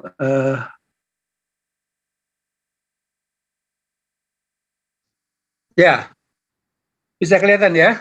Jadi silakan Pak Herman. Ibrani 11 ayat 3. Saya selalu berargumentasi berdasarkan Alkitab ya, karena saya katakan tadi bahwa firman Tuhan itu absolut ya. Tidak bisa dibantah oleh orang Kristen. Orang lain tidak percaya, saya nggak mikir ya, gue nggak mikirin orang lain percaya atau tidak. Tapi saya selalu bicara mengenai Alkitab. Di sini saya baca ya, pelan-pelan ya. Ibrani 11 ayat 3. Karena iman kita mengerti. Jadi iman mendahului pengertian di sini. Bahwa alam semesta telah dijadikan oleh firman Allah. Karena logika kita tidak mungkin bisa memahami bagaimana alam semesta bisa terjadi. Kun fayakun langsung jadi itu bagaimana? Tidak ada ilmu fisika di situ, ya. Sehingga apa yang kita lihat, ya, apa yang kita lihat telah terjadi dari apa yang tidak kita lihat. Berarti metafisik, ya, kuasa metafisik yang menciptakan semua fisika alam semesta. Ya, ini semua juga di luar logika, di luar logika yang dituhankan itu, ya. Jadi di sini iman mendahului pengertian. Ini pendapat dari Agustinus nih, ya. Metafisik mendahului fisik. Kita dapat mengerti karena kita beriman. Kita mengerti karena kita beriman, tidak dibalik. Bukan karena kita mengerti maka kita beriman. Ya, credo ut intelligam itu artinya, ya. Jadi manusia itu harus rasional. Karena manusia diberi akal untuk berpikir, tetapi tidak menjadi rasionalis, ya, mempertuhankan imannya seperti ateis, ya. Saya bukan ngomong ateis yang ada di sini, ya, ateis yang di luar sana, ya, mempertuhankan imannya. Jadi agama dia, Tuhan dia adalah rasionalitas dia dan dirinya sendiri. Oke, itu satu. Kedua untuk Zuma ini, untuk Zuma, ya, Roma 4 ayat 2. Sebab jikalau Abraham dibenarkan karena perbuatannya, maka ia beroleh dasar untuk bermegah, tetapi tidak di hadapan Allah. Bukan karena perbuatan, tapi karena iman. Efesus 2 ayat 8 dan 9. Sebab karena kasih karunia kamu diselamatkan oleh iman. Itu bukan hasil usahamu, tetapi pemberian Allah. Itu bukan hasil pekerjaanmu. Jangan ada yang bermegah. Roma 3 ayat 27. Jika demikian, apakah dasarnya untuk bermegah? Tidak ada. Berdasarkan apa? Berdasarkan perbuatan? Tidak, melainkan berdasarkan iman. Ya, Abraham adalah bapak iman kita, bukan bapak perbuatan. Ya, Roma 4 ayat 6 terakhir. Seperti juga Daud menyebut berbahagialah orang yang dibenarkan Allah, bukan berdasarkan perbuatannya. Ya, jadi itu jelas sekali lagi. Jadi Allah yang berdaulat menyelamatkan orang. Makanya manusia yang sudah diselamatkan tidak mungkin gagal. Sekali selamat, tetap selamat. Oke, Pak Herman, saya sudah tangkap poinnya bahwa keselamatan bukan karena perbuatan tetapi karena iman. Silakan Bang Renli untuk mengelaborasi dari Pak Herman. Silakan kalian berdua, Pak Herman dan Bang Renli, silakan untuk TikTok. Silakan. Iya, jadi ada apa ya? Saya menangkap resonansi yang tidak sempurna yang coba disampaikan oleh Bung Herman, karena di beberapa part dia mengakui bahwa manusia itu harus rasional, dan di beberapa part kemudian dia mau coba membangun premis bahwa pikiran rasional itu tidak serta-merta harus digunakan dalam menganalisis atau menganalisa tentang konsep ketuhanan dan konsep klaim kebenaran. Itu saya rasa sangat fatal, Bung. Karena kenapa? Untuk sampai kepada kata beriman, mestinya orang harus berakal dulu, harus memahami dulu dengan akalnya. Apa yang akan dia terima, apa yang akan dicerna, apa yang akan dia pahami. Bagaimana mungkin seseorang bisa sampai pada tahap iman ketika dia tidak memahami dengan akalnya, dengan rasio berpikirnya, bahwa sesuatu itu benar menurut klaim kebenaran keyakinannya gitu. Itu sangat fatal, dan itu menurut saya pemahaman yang sangat cacat gitu. Sangat cacat. Jadi kembali saya ingatkan kepada teman-teman kaum agamis, entah dari agama manapun, bahwa kedepankan pemikiran logis dan rasio, bukan kedepankan egosentris terhadap satu keyakinan, tidak tendensi terhadap apa yang diyakini saat ini gitu. Itu yang perlu mesti diyakini, mesti dipahami teman-teman. Silakan dilanjut. Oke, terima kasih Bang Renli. Itu adalah koreksi yang dilakukan Bang Renli tentang ateis, bahwa saya tidak bisa meneruskan karena itu nanti akan menjadi sebuah diksi yang provokatif. Moderator tidak boleh memprovokatif. Tadi yang menarik adalah jawaban Pak Herman kepada Bang Zuma tentang Matius dan yang di bawah surat-surat tentang bahwa perbuatan Ibrahim itu bukan bapak perbuatan tapi bapak iman. Keselamatan hanya didapat dari iman, perbuatan tidak dibutuhkan. Silakan Bang Zuma untuk dibantah. Bukan tidak dibutuhkan, Anda menambah saya. Dulu kan saya sudah jelaskan, perbuatan dan iman itu merupakan satu kesatuan, tapi perbuatan buah daripada iman, bukan tidak dibutuhkan. Anda selalu menambah-nambah apa yang saya nggak ngomong. Oke. Artinya posisi perbuatan dan iman ini lebih penting mana, Pak?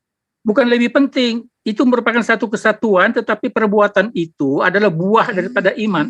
Ini yang saya maksud, Pak. Argumen Bapak penuh dengan paradoks, penuh dengan kontradiktif. Yang lain juga menyimak. Kebenaran Alkitab itu penuh dengan paradoks, itu kebenaran yang lebih tinggi. Paradoks itu lebih tinggi.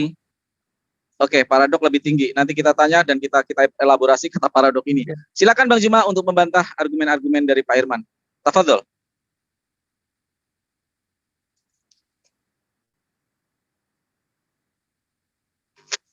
Bang Zuma? Maaf. Ternyata saya mute tadi. Jadi gini. Sangat benar dan sangat menarik apa yang disampaikan oleh teman kita yang dari ateis tadi. Sangat luar biasa itu. Bahwasanya orang tidak akan sampai pada level iman tanpa melalui filter akal. Itu udah satu paket itu. Itu nggak bisa ditawar-tawar lagi kebenarannya. Sehingga saya katakan di luar Islam itu hanya pada level tataran percaya, nggak sampai kepada iman. Makanya kitab suci kami mengatakan makhluk yang melata di atas muka bumi, yang paling hina di hadapan pencipta langit dan bumi Allah Subhanahu wa taala itu adalah orang-orang kufur. Kenapa? Karena mereka tidak beriman. Jadi mereka hanya status percaya, belum sampai kepada level iman. Nah, kenapa nggak sampai kepada level iman? Karena akal yang menjadi pembeda, yang menjadi pemisah antara manusia dengan hewan itu tidak digunakan. Sementara manusialah satu-satunya makhluk yang diberikan kekuatan akal, oleh karena itulah ia menjadi mulia. Oleh karena itulah ia menjadi pemimpin. Oleh karena itu dia menjadi penguasa di atas muka bumi ini dibandingkan makhluk-makhluk yang lain. Ya. Belum ada satupun manusia mendapatkan titel tertinggi di atas muka bumi ini karena iman, belum. Tapi yang menyebabkan itu adalah akalnya. Akal adalah satu daya yang hanya dimiliki oleh manusia, dan akal yang membedakan antara manusia dengan makhluk yang lain. Akal ini merupakan tonggak kehidupan manusia dan merupakan dasar lanjutan daripada profesi manusia sebagai makhluk di atas muka bumi ini. Coba kita bayangkan, orang yang punya akal tiba-tiba dicabut oleh Tuhan akalnya. Apa yang terjadi? Apa yang kita lihat? Apa yang kita tonton terhadap orang tersebut? Dia akan meraba. Ya. Bahkan rabaannya itu pun dia tidak maknai. Saya meraba apa ini? Orang yang tidak menggunakan akal, dia tidak mengetahui apa yang ia lakukan, apa yang dia omongkan.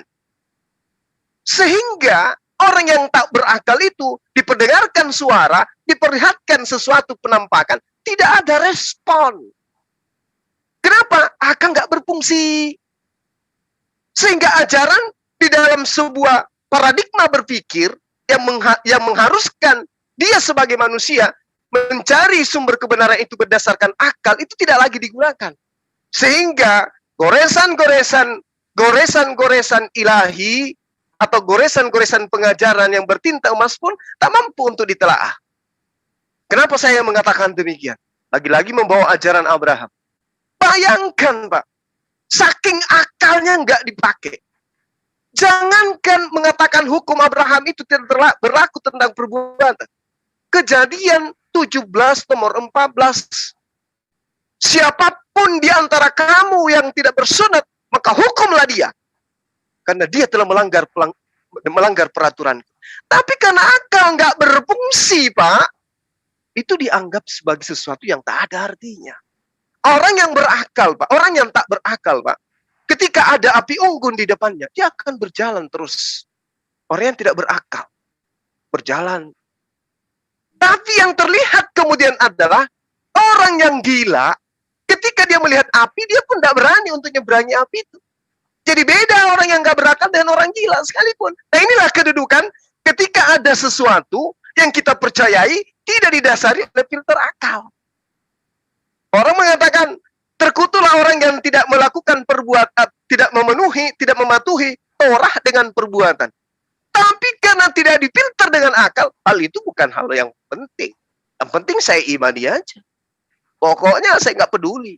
Percaya setan, yang penting saya imani. Yang penting saya kemudian sudah mempaku mati di dalam benak saya pasti selamat.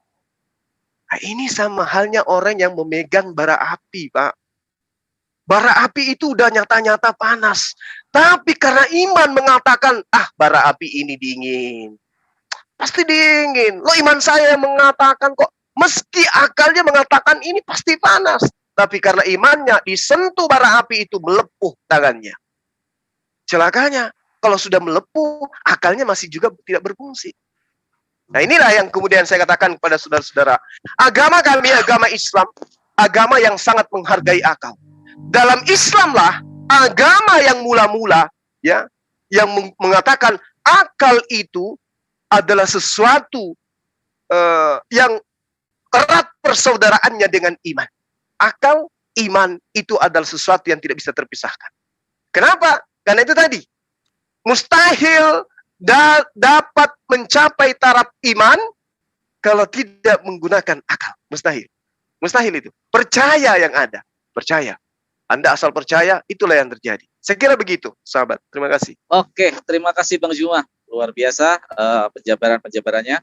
Mr. Karenli, tidak perlu sungkan-sungkan. Di sini kita main telanjang-telanjangan dalam berargumentasi tentang logika untuk memotong, untuk memberikan sebuah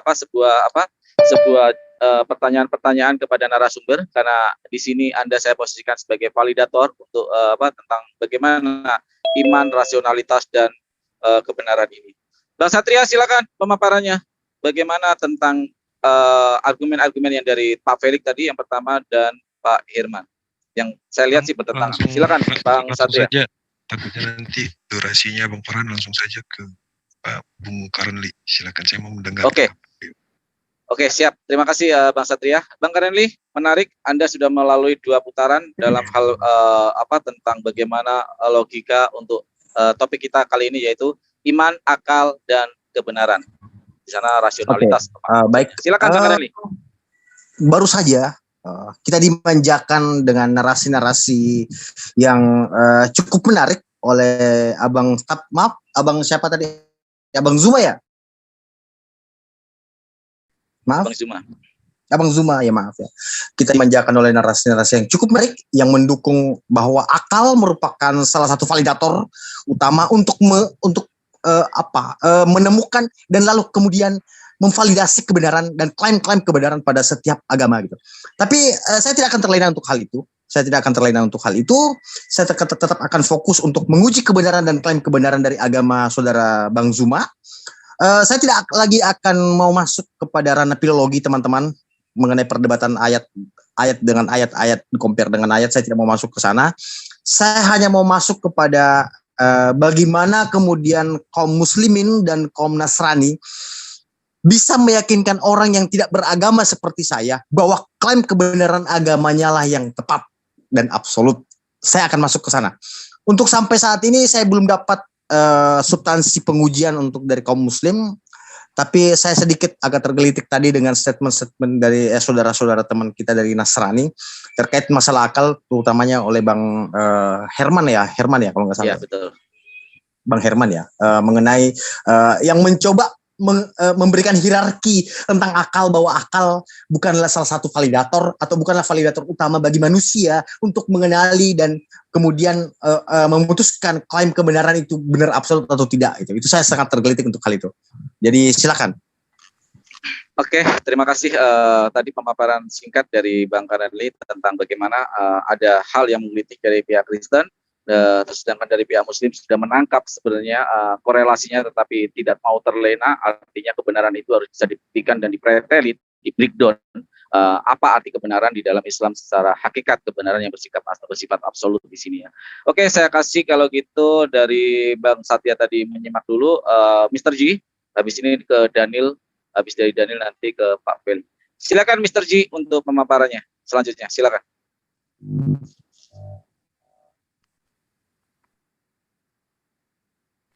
Mr. G.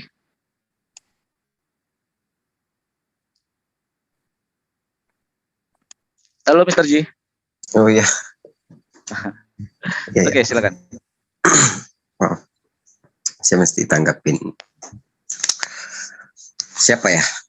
Banyak yang mesti saya tanggapin. Boleh nanggapin Bang Renly juga nggak apa-apa kok. Kita bebas di sini. Ya Bang Karli terakhir aja, karena itu agak mesti saya cari semacam ide dan dalil-dalil agama juga perlu ada di situ. Tapi yang sangat mudah dulu, Pak Herman. Paradok dengan tinggi itu, saya mau tertawa, boleh? Ya, saya juga tadi tertawa, tetapi nggak apa-apa. Itu adalah argumen paradok menempati tempat tertinggi. Silakan Bang Renly.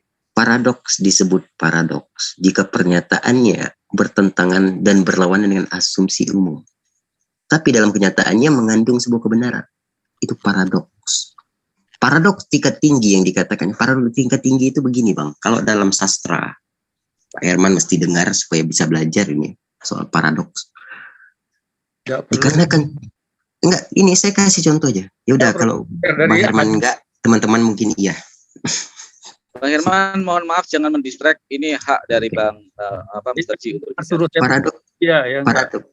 Enggak apa-apa, itu argumen. Argumen dihargai. Paradoks. Yang diserang bukan Bapak tapi argumen. Silakan. Paradoks tingkat tinggi ialah, ini saya ingin bikin puisi aja. Dikarenakan cintamu, di dalam keramaian aku merasa kesepian. Ya. Itu paradoks tingkat tinggi dalam cinta itu. Ngerti ya paradoks ya Pak Bang Herman. Jadi dalam agama kami Islam, kalau kita membicarakan sesuatu tapi kita tidak ketahui itu diharamkan, dan bagi saya itu haram. Terima kasih. Dan untuk Bang Karli, untuk menerima kebenaran, tentu validasinya adalah akal. Dan yang terjadi di dunia ini itu, Islam banyak menerangkan tentang kelahiran manusia yang terjadi di unsur kita, manusia di tubuh kita. Bahkan Islam juga menerangkan api di dasar lautan dan konstruksi otak, bagian otak yang mengendalikan gerak kita. Di Islam sudah menerangkan itu. Dan besi akhirnya, ya. Dan bahkan dipakai dalam ilmu pengetahuan. John Lenter itu, ya.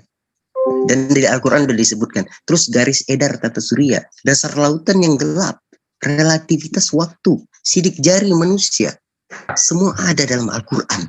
Jadi kebenaran mana lagi yang harus Anda dustakan?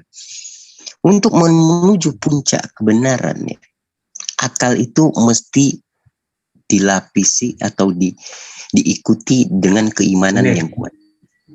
Ya, itu poinnya ya. Bang Zuma pasti bisa lebih hebat menerangkan soal ini tentang dalil-dalil dari agama itu sendiri.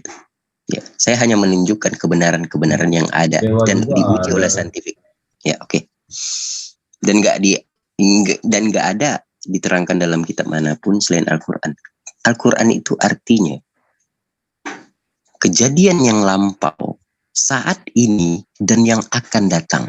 Seluruh terkandung di situ. Terima kasih. Oke, terima kasih. Validatornya adalah ilmu pengetahuan, sains. Saya suka sekali karena passion saya di sana. Dan saya suka sekali yang dikutip dari Bang Ji tadi tentang paradok. Aku mencintaimu di dalam keramaian tapi aku merasa sepi. So sweet ya.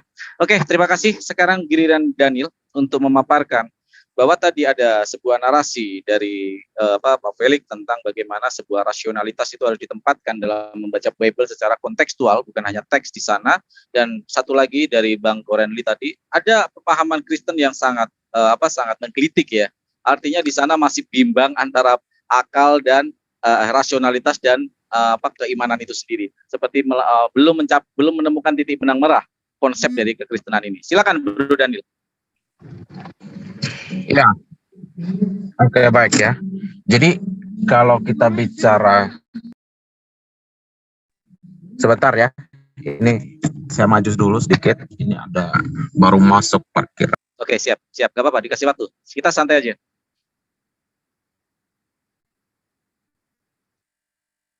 para Iwan Filah, itulah format diskusi di Evarkan Paduk Zoom, yaitu kita saling menghargai, walaupun tidak ada timer, tetapi kita saling menghargai, dan toh akhirnya alhamdulillah semua narasumber bersikap dewasa. Inilah dialog yang benar-benar berkualitas, memaparkan dari sisi kualitas secara kontekstual argumennya, bukan dengan hanya tekstual ya. Bro Daniel sudah siap? Ya, oke, baik bro. Oke, silakan ya. Lanjut. Ya, jadi kalau kita berbicara soal iman dan rasionalnya manusia ya, kita harus lihat dulu seberapa ya level kebenaran yang terdapat pada rasional manusia ini. Jadi jangan saudara menempatkan seolah-olah rasionalnya manusia itu memahami kebenaran itu menjadi absolut. Itu yang tadi ditekankan oleh Pak Herman kalau saya nangkap ya. Bukan berarti kita itu menolak logika rasional. Ini saudara-saudara ini dari tadi ngomong semua pada kebanyakan ngaur saya lihat. Jadi seolah-olah kami itu kekristenan itu datang dengan premis rasional itu nggak dipakai, itu ngaco. Ketika kita menekankan kepada iman, bukan berarti kita menganulir rasionalitas manusia. Ya, contohnya begini supaya saudara-saudara pun belajar. Mohon maaf saya pakai kata sarkas. Oh, tunggu dulu, Bapak diam dulu. Saya belum jelaskan. Boleh sebentar. Ya, coba apa yang Anda mau terus? Tidak apa-apa, saling memotong narasumber asal jangan salahkan kami. Jangan salahin kami, tapi ajarkan cara berpikir teman saudara. Dan saya terima kasih dengan Bang Felix sudah menerangkan itu. Berarti begini, Pak. Pendengaran saudara yang kurang tajam atau akal saudara yang memang tidak dipakai untuk mendengarkan, untuk memahami. Jadi begini, yang saya mau sampaikan, tadi Pak Herman pun tidak mengabaikan apa yang disebut dengan logika rasional itu. Tidak sama sekali. Tetapi karena ini memang diskusinya juga mengenai iman, maka dia pun akan berusaha menjelaskan kedudukan iman kekristenan ini. Kalau kita berbicara soal secara umum begini ya, antara Anda menempati akal di posisi terakhir. Bagaimana saya nggak bisa salahin? Sebentar dulu, Pak. Terakhir loh. Nanti Anda akan paham. Ya, jadi penjelasannya itu harus terstruktur dulu. Kalau saudara hanya sampaikan logika atau akal yang dipakai begini-begini ya itu sama aja Anda telah menyalahi Quran saudara sendiri. Saya akan tunjukkan di mana ketidakmampuan saudara menangkap penjelasan teman-teman saya. Jadi begini, kekristenan itu bukan mengabaikan akal atau rasional. Ya, saya kasih contoh sederhana. Ustadz Suma atau kita panggil dia apa, Gurunda Suma di sini, ya, dia itu tidak jadi seorang yang kita katakan dia ustadz lah gitu ya, yang mengerti tentang agama Islam. Kalau dia tidak pelajari baik-baik Quran itu, ya, jadi logika atau akalnya itu kalau dia pakai untuk mengerjakan hal yang lain, dia tidak punya kemampuan untuk mengenal atau mengetahui tentang iman. Jadi akal manusia, rasionalnya manusia itu pun bertumbuh betul yang dibilang Pak Felix, ya, seiring dengan pembelajaran, ya, seiring dengan apa yang kita temui di luar. Nah, iman ini pun nggak timbul langsung dari dalam hati, tetapi apa yang dia pelajari itu yang nanti akan terserap. Nah, jadi di dalam proses pengenalan ya akan kitab suci atau tentang Tuhan, tentu kita tidak bisa mengabaikan akal itu. Tetapi memang ada hal-hal yang Tuhan izinkan.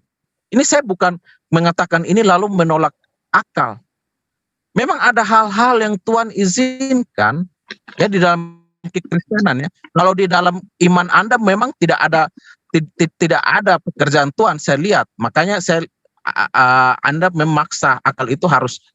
Tetapi kalau di dalam iman Kristen Tuhan membiarkan gitu manusia itu pada akhirnya menyerah pada akalnya. Karena dia tahu dia tidak mampu melakukan ini dan itu tanpa Tuhan. Jadi iman itu bukan berbicara sesuatu yang tiba-tiba muncul begitu saja, tidak. Itu ada alasannya. Mengapa manusia itu harus menaruh harapannya itu pada Tuhan? Karena dia percaya ada sesuatu yang tidak mampu dia lakukan. Kalau dia mau pakai kekuatannya sendiri, dia mau pakai hikmatnya sendiri. Makanya saya bilang, kalau level ya kebenaran manusia itu mau ditempatkan pada posisi apa?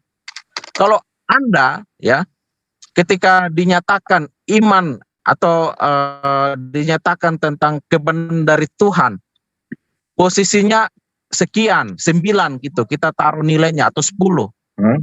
Kebenaran manusia itu berapa? Anda secara rasional belum memahami apa yang Tuhan sampaikan, bukan berarti saudara bilang, oh ini tidak masuk akal. Akal Anda aja yang belum bisa memahami itu. Jadi hal-hal semacam ini. Saya potong. Jadi boleh, silakan validator boleh memotong, silakan. Silakan. Jadi sebenarnya saya nggak mau motong karena saya berharap narasi berikutnya itu penuh dengan substansi sesuai dengan harapan saya bahwa abang ini ingin menyampaikan kalau akal itu penting dan itu sangat berguna gitu. Tapi narasi yang Anda bangun itu hanya sebatas, aku perhatikan hanya sebatas neurolinguistik yang berusaha untuk membangun opini. Kalau Anda menutupi kesalahan teman Anda dari kaum Nasrani, maaf, saya nggak berpihak pada manapun, bahkan kaum Muslim pun nanti kita uji juga. Tapi begini, mestinya abang belajar menyikapi satu poin mana yang saya tutupi, coba supaya saya yang kontradiktif yang Anda tutupi adalah statement Bang Farhan, Bang Herman ya, Bang Herman ya, yang tadi ya, Bang Herman ya. Ya betul, Bang Herman. Dia membuat hierarki antara akal dan keimanannya dia. Artinya apa? Dia tidak menganggap bahwa validator untuk sampai pada tahap keimanan dan keyakinan itu adalah akal. Nah, sedangkan itu kontradiktif dengan yang Anda sampaikan. Anda berusaha membuat opini bahwa sebenarnya maksudnya Herman itu enggak seperti itu. Nah, dengan jelas Herman tadi sendiri menyampaikan. Dia memisahkan antara kedua hal dari itu. Premis Pak Herman itu didasari atas pernyataannya bahwa manusia itu dibenarkan bukan karena perbuatan atau diselamatkan bukan karena perbuatan. Itu lalu yang dibantah Zuma bahwa manusia itu di dalam kitab Anda yang itu tidak menyimak berarti. Anda yang baru datang, tidak menyimak argumentasi apa yang disampaikan Bapak yang baru datang, sorry. Bapak baru datang, saya lihat Bapak baru datang. Maaf, saya tadi TikTok kan dengan Bang Herman mengenai akal. Bukan. Secara hierarki itu gimana barusan itu Bapak baru nyimak. Nah itu dia. Makanya, yang abang terlalu egosentris abang. Abang terlalu menutupi. Anda yang egosentris. Nah itu dia jadi persoalan. Anda ada satu pertanyaan buat abang. Pertanyaan satu buat abang. Menilai saya punya pertanyaan satu buat abang. Bang Daniel, aturan di sini validator boleh bertanya untuk mempertanyakan validator itu bukan berarti dia itu pemilik kebenaran. Pertanyaan satu boleh benar, nggak apa-apa, tapi Anda harus siap diuji untuk pertanyaan. Bukan silakan. Dia yang paling valid, bro salah. Ya, saya paham. Bisa memvalidasi dia. Oke, paham. Kok kayak gini? Saya paham. Mohon maaf Bang Daniel, saya paham banget malah hierarki tentang validasi, validator, kebenaran. Tetapi substansi dari diskusi ini adalah menempatkan Bang Kurenli sebagai sebuah penguji. Itu bersifat subjektif memang, tetapi itu lebih netral ketika kita mengambil validator dari ateis. Mohon dipahami aturan main di room ini. Silakan pertanyaan Bang Kurenli untuk Bang satu pertanyaan buat Abang Daniel, Bro Daniel ya. Satu pertanyaan buat Bro Daniel. Apakah Anda sepakat validator keimanan dan keyakinan itu adalah akal? Kalau berbicara iman, akal itu pun tidak bisa sepenuhnya. Sekalipun akal itu tetap diperlukan. Jawabannya ya dan saya tidak, tidak Bang. Menyalahkan akal. Bukan paradok lagi jawabannya, Bang. Jawabannya ya dan tidak, Bang. Loh, bukan iya dan tidak. Pilihan itu bukan pilihan ganda. Anda bukan seperti memberikan pertanyaan kepada anak SD yang memberikan pilihan ganda. Kita nggak dapat bukan Anda kalau seorang sarjanawan, bukan pertanyaan ABCD yang Anda sampaikan gitu. Tetapi Anda harus mendengarkan uraian dari orang yang Anda tanyai. Bukan Anda hanya yang abang sampaikan sama sekali tidak substansial. Anda hanya membutuhkan jawaban ABCD. Oke, lalu saya pisahkan Bro Daniel, diam dulu. Bro Daniel, Bro Kurenli, saya kasih waktu 1,5 menit lagi atau 2 menit maksimal kepada Bro Daniel untuk menjelaskan apakah sampai nanti kepada point of view-nya atau kita menangkap isinya. Silakan. Nanti Bro Kurenli langsung membantah dengan statement-statementnya atas pernyataan dari Bro Daniel. Silakan Bro Daniel, 2 menit. Ya, jadi saya sebenarnya bukan menyerang orang yang berpikir dengan akalnya, dengan rasionalnya. Tidak, tetapi di dalam iman Kristen tentu kalau saudara hanya memakai rasional, Anda tidak dapat melihat pekerjaan Tuhan yang luar biasa itu. Ini yang tadi kita coba kerucutkan pembahasan kita soal keselamatan yang ada dalam Yesus Kristus. Itu yang tadi coba dikerucutkan. Kalau secara logika rasional manusia, mana mungkin ya satu agama di muka bumi ini menjadi satu-satunya jalan keselamatan. Ini kan yang menjadi pertanyaan yang secara rasional yang coba disodorkan oleh kaum ateis kan. Nah, maka kita pun menjawab tentu bukan dengan mengabaikan logika atau rasional kita, tidak. Tetapi ada hal-hal yang kita juga harus jelaskan. Tidak bisa kekristenan itu membuang sesuatu yang sifatnya imanen ya. Lalu kita mencoba menjelaskan semuanya dengan akal. Nggak bisa begitu. Alkitab pun mengatakan bahwa Injil Kristus itu adalah kebodohan bagi orang Yunani. Itu pun kami sudah terbukti kan sampai sekarang ini orang-orang ateis ini kan menyerang iman Kristen berdasarkan asumsi mereka. Alkitab sudah ada belum banyak. Bro Daniel, silakan. Mohon maaf, kita sepakat waktu 2 menit dikasih. Silakan untuk dikuliti atau ditelanjangi jika ada yang salah, Mr. Kurenli. Silakan. Iya, ini dia. Jadi klaim kebenaran ini semakin ngeblur, semakin abu-abu gitu. Karena dia berusaha menutupi tentang akal dan penalaran, lalu kemudian logika kita untuk memahami itu. Jadi seolah-olah akal ini nggak bisa dijadikan alat untuk memvalidasi apakah itu benar, apakah itu tidak. Itu. Padahal akal ini adalah satu-satunya alat yang digunakan oleh manusia yang memang memiliki akal yang sehat untuk mengetahui apakah ini benar, apakah ini tidak, apakah ini betul, apakah ini salah. Itu. Nah, lalu kemudian kalau bukan akal yang digunakan sebagai alat validator, apa yang mesti Anda gunakan? Iman. Bagaimana mungkin kita bisa sampai ke tahap iman kalau kita tidak berakal? Okay. Kan jadi kita kayak kembali ke belakang bagaimana kita memahami tentang bagaimana caranya logika itu terbentuk dari dua objek.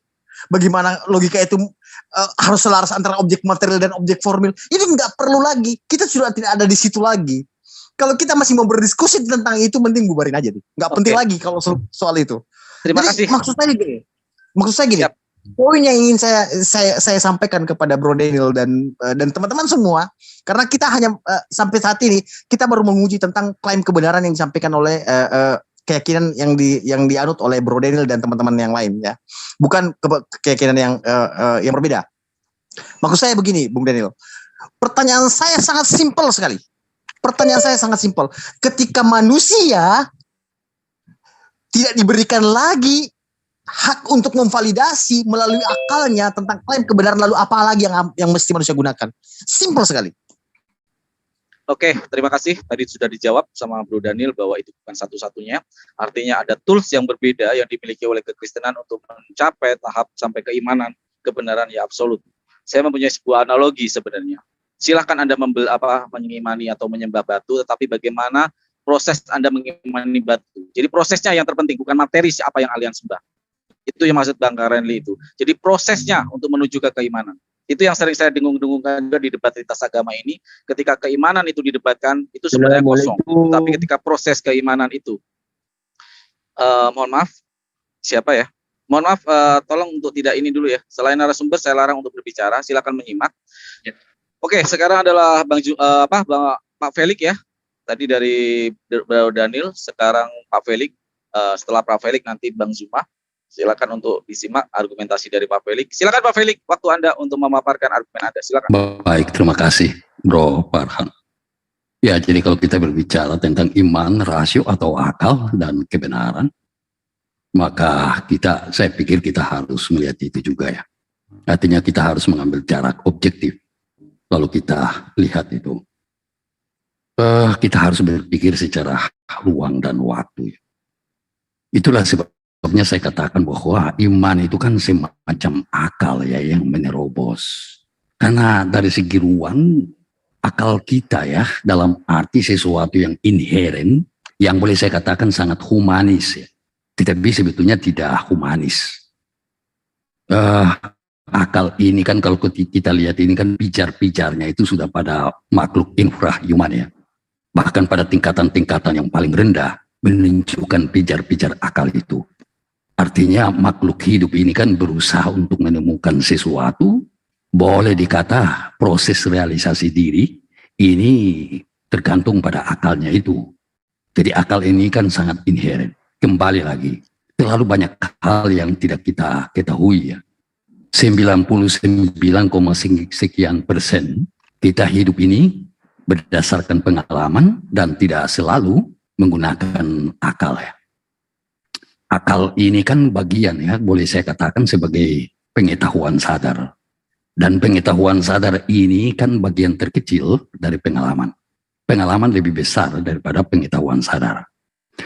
Itulah sebabnya saya katakan bahwa iman dan akal ini kan tidak dapat dilepas pisahkan. Kalau kita artikan iman dan akal itu sebagai dua entitas yang berbeda, maka tadi saya katakan iman adalah daya terobos akal itu sebetulnya. Ya, kembali kepada argumentasi saya bahwa ada rasio atau akal ilahi dan ada akal atau rasio insani. Dan dalam proses manusia, itulah sebuah terobosan. Saya tidak bisa berpikir bahwa firman atau wahyu itu diberikan kepada batu. Ya. Tetapi minimal paling rendah kepada makhluk yang hidup, yang punya daya, punya vitalitas pada akal itu. Karena kita yakin bahwa Tuhan pun berbicara kepada makhluk-makhluk yang bukan manusia. Dan kalau kita lihat, yang tadi saya katakan, pijar-pijar akal itu sudah ada. Jadi akal ini menempati posisi yang sangat penting. Kalau kita berbicara hierarki, pada eksistensi manusia, akal itu puncak.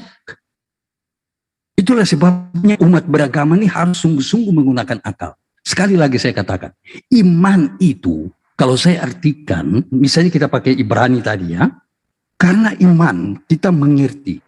Boleh saya katakan karena akal kita mengerti. Ya kembali lagi saya katakan, iman dan akal tidak dapat dilepas pisahkan. Kalaupun kita mengatakan bahwa itu dua entitas yang berbeda, maka saya katakan bahwa iman itu sebuah terobosan akal untuk menanggapi yang ilahi. Nah seperti itu. Itulah sebabnya dalam penalaran selanjutnya, kita bisa lihat itu ajaran-ajaran agama. Apapun ajaran itu dan apapun agama itu. Ya seperti itu.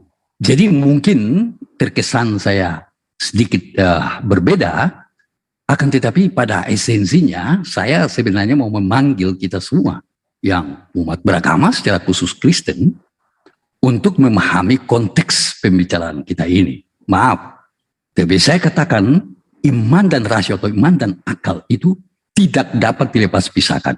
Seseorang yang mati tidak bisa lagi berpikir tentang firman Tuhan. Artinya akal, rasionya itu yang ada di dalam kepalanya itu tidak bisa berfungsi lagi. Ya seperti itu. Kecuali kita berpikir dengan cara yang lain atau mengartikan itu dengan cara yang berbeda. Oke, sementara dari saya seperti itu. Silakan. Oke, terima kasih Pak Felix. Pak Felix berbeda sendiri, rasionalitas menempati posisi pertama karena di sana dengan rasionalitas baru menemukan titik keimanan ke dalam dirinya sehingga titik keimanan itu dielaborasi sehingga timbul keyakinan tentang kebenaran absolut tentang Tuhan ya, tentang iman itu sendiri. Oke, silakan Bang Zuma untuk menanggapi dari Daniel dan dari Pak Felix. Tafadhol, Bang Zuma. Iya, baik. Jadi kalau kita berbicara ya hanya sekedar bernarasi, semua kita itu bisa saja memaparkan sesuatu karena kita dibekali oleh akal. Namun acap kali kita diperhadapkan dengan apa yang kita narasikan itu bertentangan dengan fakta di lapangan. Terkait dengan akal dan iman. Itu. Karena begini, ketika akal di dalam memahami iman atau agama atau keyakinan, maka ada beberapa hal yang perlu diperhatikan. Pertama, posisi memberikan kebebasan mutlak kepada akal sama sekali tidak dapat memberikan pembelaan terhadap sebuah agama. Artinya, mendudukkan akal seperti kondisi yang saya maksud ini, itu sama saja dengan merubah akidah. Bagaimana mungkin kemudian akidah, aturan sebuah agama, mengenai tentang konsep Tuhan, dapat tegak jika akal bertentangan dengan wahyu. Yang saya maksud di sini, wahyu ini adalah kitab suci. Jika akal bertentangan dengan kitab suci, maka mustahil akidah seseorang itu bisa benar. Yang pertama.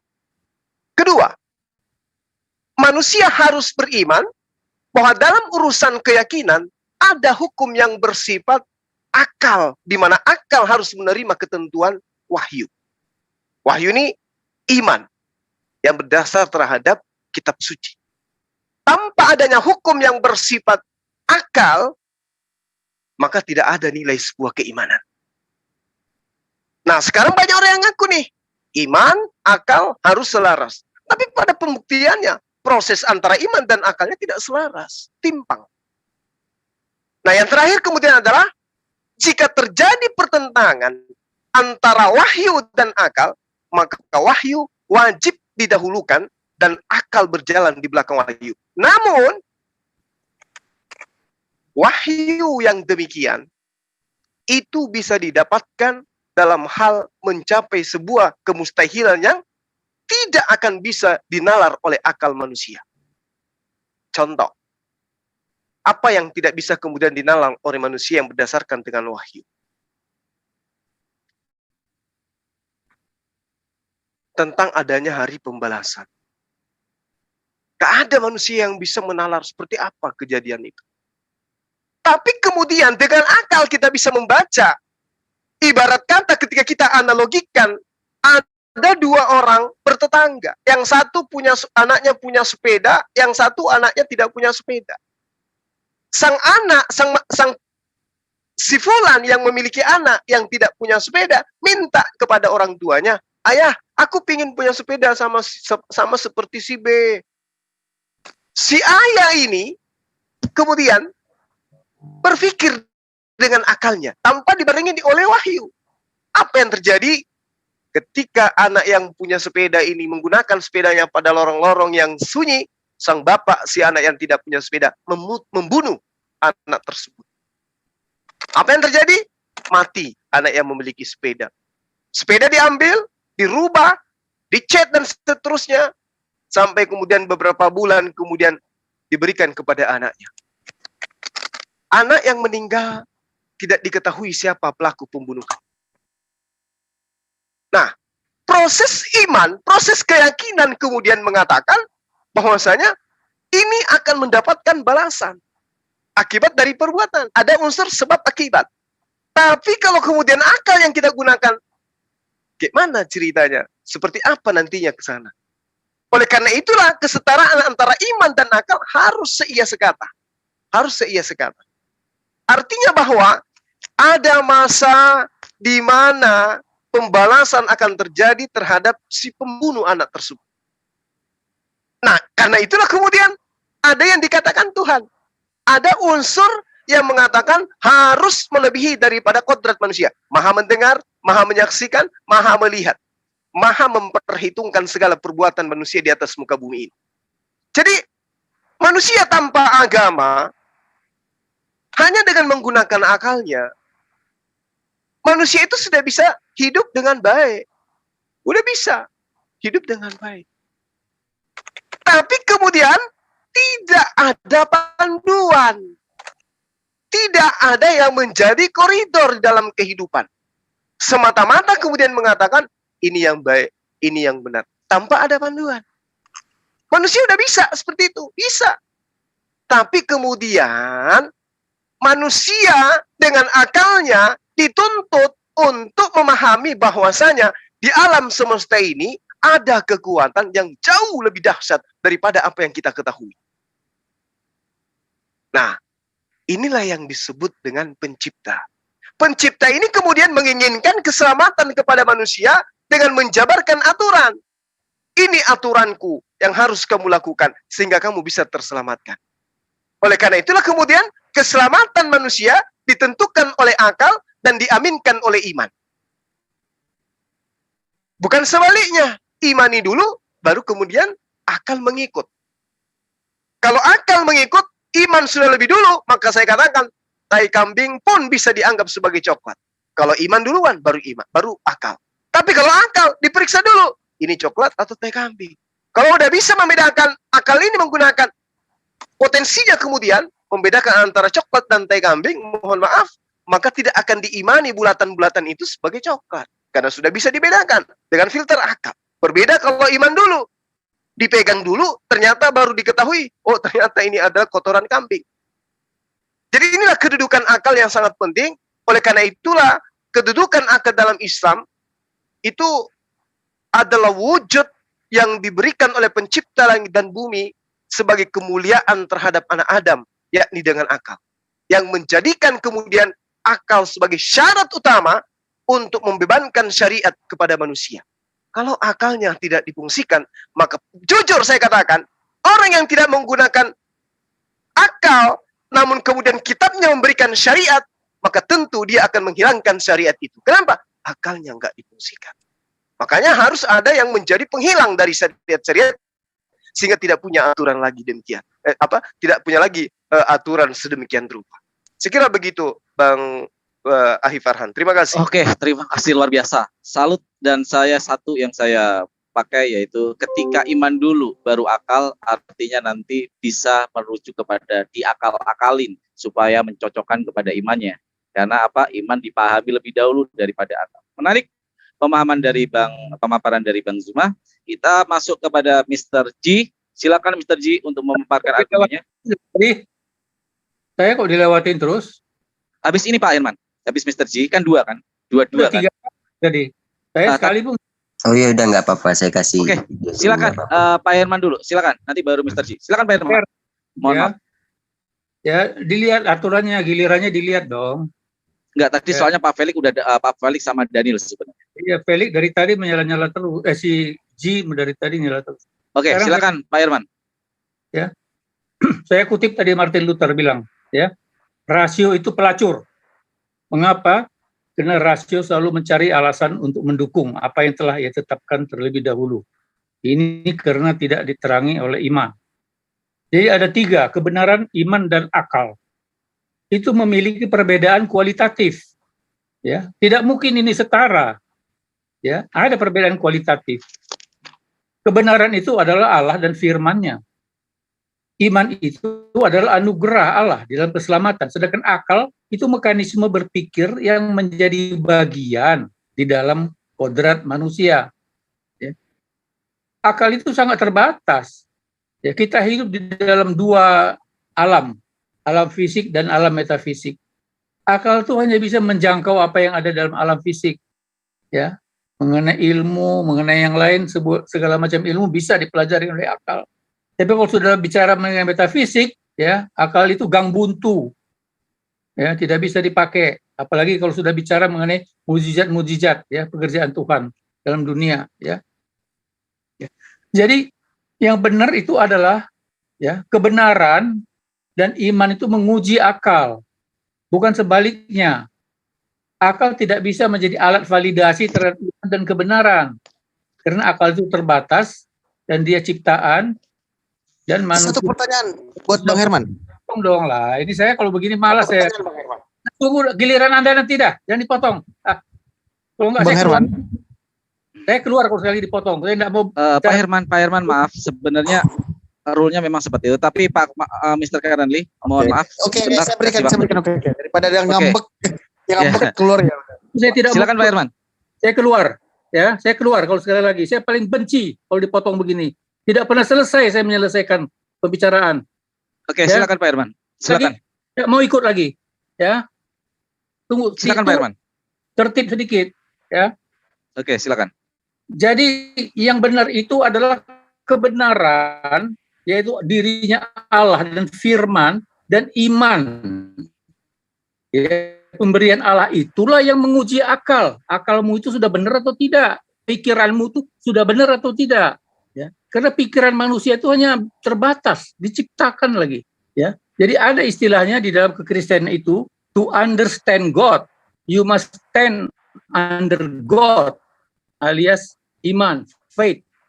Ya, jadi harus stand under God dulu, baru you bisa understand God. Ini sama dengan alat Ibrani saya katakan. Jadi rasio itu diberikan oleh Tuhan kepada manusia supaya manusia dapat mengerti kebenaran. Dan waktu rasio itu belum mengerti kebenaran, kebenaran itu sudah ada dan tetap adalah kebenaran. Rasio itu masih kosong. Ya, mulai dari anak kecil itu masih kosong, rasionya belum ada. Tetapi setelah rasio mengerti kebenaran melalui iman, maka kebenaran itu akan menguasai rasio. Sehingga rasio itu menjadi rasio yang berkebenaran. Ya, bukan rasio bejat. Ya. Rasio itu berubah dari tidak mengerti kebenaran menjadi mengerti kebenaran karena sudah diterangi oleh firman. Ya, kalau tidak diterangi oleh kebenaran, tidak diterangi oleh firman, rasio itu buta. Ya, dia itu menjadi pelacur bagi dirinya sendiri. Ya, bagi diri orang itu sendiri. Jadi dari konsep di atas kita melihat bahwa rasio mengalami perubahan dan rasio berada di dalam proses. Karena rasio mengalami proses dari tidak tahu Pak Herman, dari tahu kebenaran. Sedikit. Ya, sedikit. Tolong, tadi si Juma kan panjang. Saya kok nggak boleh panjang? Bagaimana sih? Enggak, saya sedikit. Saya ingatkan untuk supaya fokus kepada topiknya. Jangan melebar dulu. Tapi nggak apa-apa, silakan. Ini saya kan bicara rasio kebenaran ini kan dari tadi. Oke, 3 menit silakan. Ya dong.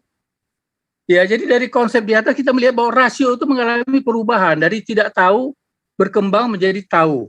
Dan sudah tahu belum tentu dia mengetahui kebenaran kalau tidak dicerahkan oleh iman dan oleh kebenaran, yaitu oleh wahyu, dia akan buta. Dia tidak tahu mau kemana. Jadi kita itu tidak meniadakan rasio, tetapi juga tidak memperilahkan rasio. Kita jangan menyangkal rasio, tapi juga tidak mendewakan rasio.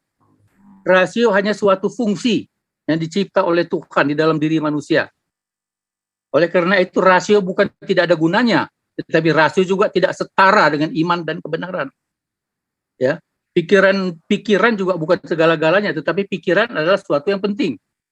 Ya, sekali lagi saya tekankan orang Kristen harus rasional, tetapi tidak menjadi rasionalis, mempertuhankan rasio. Sekian. Oke, terima kasih Pak Herman. Satu pertanyaan yang menarik sebenarnya, untuk menguji bahwa itu wahyu Tuhan itu menggunakan akal atau tidak, karena memahami wahyu atau firman itu juga menggunakan akal. Makanya yang saya bilang tadi terjadi sebuah paradok. Nggak tahu orang yang lain menyimak dan memahami seperti saya atau tidak. Silakan Mr. Karli untuk membongkar dan menelanjangi semuanya, baik dari Islam maupun Kristen. Silakan. Terima kasih. Semoga nggak keluar karena statementku ke depannya ya. Jadi itu semacam penghibur buat teman-teman yang mungkin di balik layar tertawa gitu. Jadi untuk Bang Herman ya, sadar atau tidak Bang Herman ini premisnya saling bertumbuhkan antara satu sama lain. Di satu sisi dia mengatakan bahwa untuk mengenali keimanan atau konsep keimanan atau yang Anda maksud tadi itu keyakinan, kita menggunakan rasio. Nah, di sisi lain dia mengatakan bahwa rasio bukan alat untuk menguji keimanan itu. Bagaimana mungkin alat yang Anda gunakan untuk mengenali sesuatu tidak bisa menguji bahwa sesuatu itu benar atau tidak gitu. Itu kan sesuatu yang bertuburkan. Jadi premis awal itu berdiri tunggal, premis akhirnya nabrak premis awal, jadi sama-sama rebah dia. Akhirnya kita tidak menemukan substansi, yang ada hanya paradoks gitu. Begitu liarnya asumsi di kepala ini, akhirnya kita tidak menemukan substansi apa yang sebenarnya yang dimaksud, yang mana sebenarnya yang dituju gitu. Itu yang saya bingung dari statementnya Bung Herman. Itu yang saya mau sebenarnya gini, Bung Herman. Saya tadi ingin bertanya kepada Bung Herman, untuk manusia sampai kepada tahap beriman kepada satu keyakinan, manusia menggunakan apa? Silakan di open mic, Bung Herman. Silakan Pak Herman, TikTok gak apa-apa. TikTok gak apa-apa. Sekarang, apa pertanyaannya apa? Coba ulangin, bisa diulang. Manusia bisa sampai pada tahap yakin dan keimanan itu menggunakan apa? Sebagai firman Tuhan. Itu yang menciptakan iman, firman Tuhan. Firman Tuhan. Iya. Wahyu. Untuk mengetahui tentang kebenaran firman Tuhan, manusia menggunakan apa? Ya pikiran dia, itu gunanya pikiran. Kan dari tadi saya sudah mengatakan, pikiran itu harus dipakai tapi tidak diabsolutkan, tidak dijadikan alat uji. Alat ujinya tetap adalah wahyu Tuhan. Bagaimana mungkin Bang Herman menggunakan satu alat untuk menganalisis sesuatu, tapi tidak bisa menggunakan alat itu untuk menguji sesuatu itu benar atau tidak? Tidak bisa. Itu hanya mekanisme kita berpikir. Untuk bisa memahami sesuatu, ya kita berpikir. Mekanisme berpikir itu, Bang Herman, yang akan mengenali kebenaran yang Anda klaim, Bang Herman. Bisa. Anda tidak beragama, ya Anda tidak tahu kebenaran Anda adalah akal Anda. Jadi makanya akal Anda jadi alat ukur. Bagi saya tidak beragama. Buat saya beragama, Bang Herman. Bagi saya orang yang beragama, alat ukur itu hanya satu, yaitu firman Tuhan. Ya, bagi Anda. Untuk mengenali firman Tuhan, kita gunakan apa? Untuk mengenali firman Tuhan, kita gunakan apa?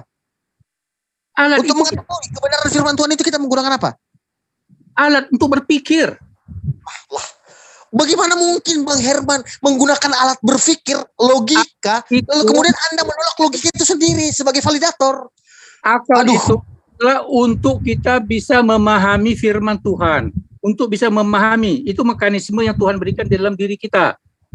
Sudah ada di dalam diri kita. Itu mekanisme dipakai untuk memahami, hanya sebagai alat. Tapi apakah pikiran kita itu sudah benar atau tidak di dalam untuk memahami ini aku garis bawah, ini aku ulang pelan-pelan Bang Herman ya. Ketika alat atau satu objek digunakan untuk memahami firman Tuhan dan Anda mengatakan itu akal, lalu kemudian saya mengatakan bahwa apakah itu cukup untuk digunakan validator kebenaran dari keyakinan itu? Anda katakan tidak. Loh, ini tidak. Ceritanya ini. Iya. Tidak bisa karena ini sadar enggak Bang Herman ini kalau statement Anda ini saling bertubrukan antara satu sama lainnya. Logika Anda tidak masuk di sini. Logika Anda tidak masuk karena Anda mengabsolutkan akal. Saya tidak mengabsolutkan akal. Akal itu hanya mekanisme yang diberikan oleh Allah bagi kita untuk berpikir, untuk bisa memahami pikiran Allah. Tapi apakah itu benar dengan validator kan? Validator manusia untuk mengenali kan? Bukan tergantung kepada akal, tapi tergantung kepada firman itu sendiri. Artinya validator kan untuk mengenali apakah kebenaran itu benar atau tidak, itu kan maksudnya kan? Untuk memahami. Aduh, bagaimana mungkin bisa sampai kepada pemahaman kalau kita nggak memvalidasi kebenaran itu, Bang Herman? Aduh, Bang Herman. Artinya akal Anda gunakan sebagai alat uji. Saya tidak pernah setuju akal itu sebagai alat uji. Oke. Saya cukup dengan Bang Herman. Oke, saya cukup. Semoga para viewers atau debaters yang ada di sini mungkin memahami. Jadi saya cukup dengan Bang Herman.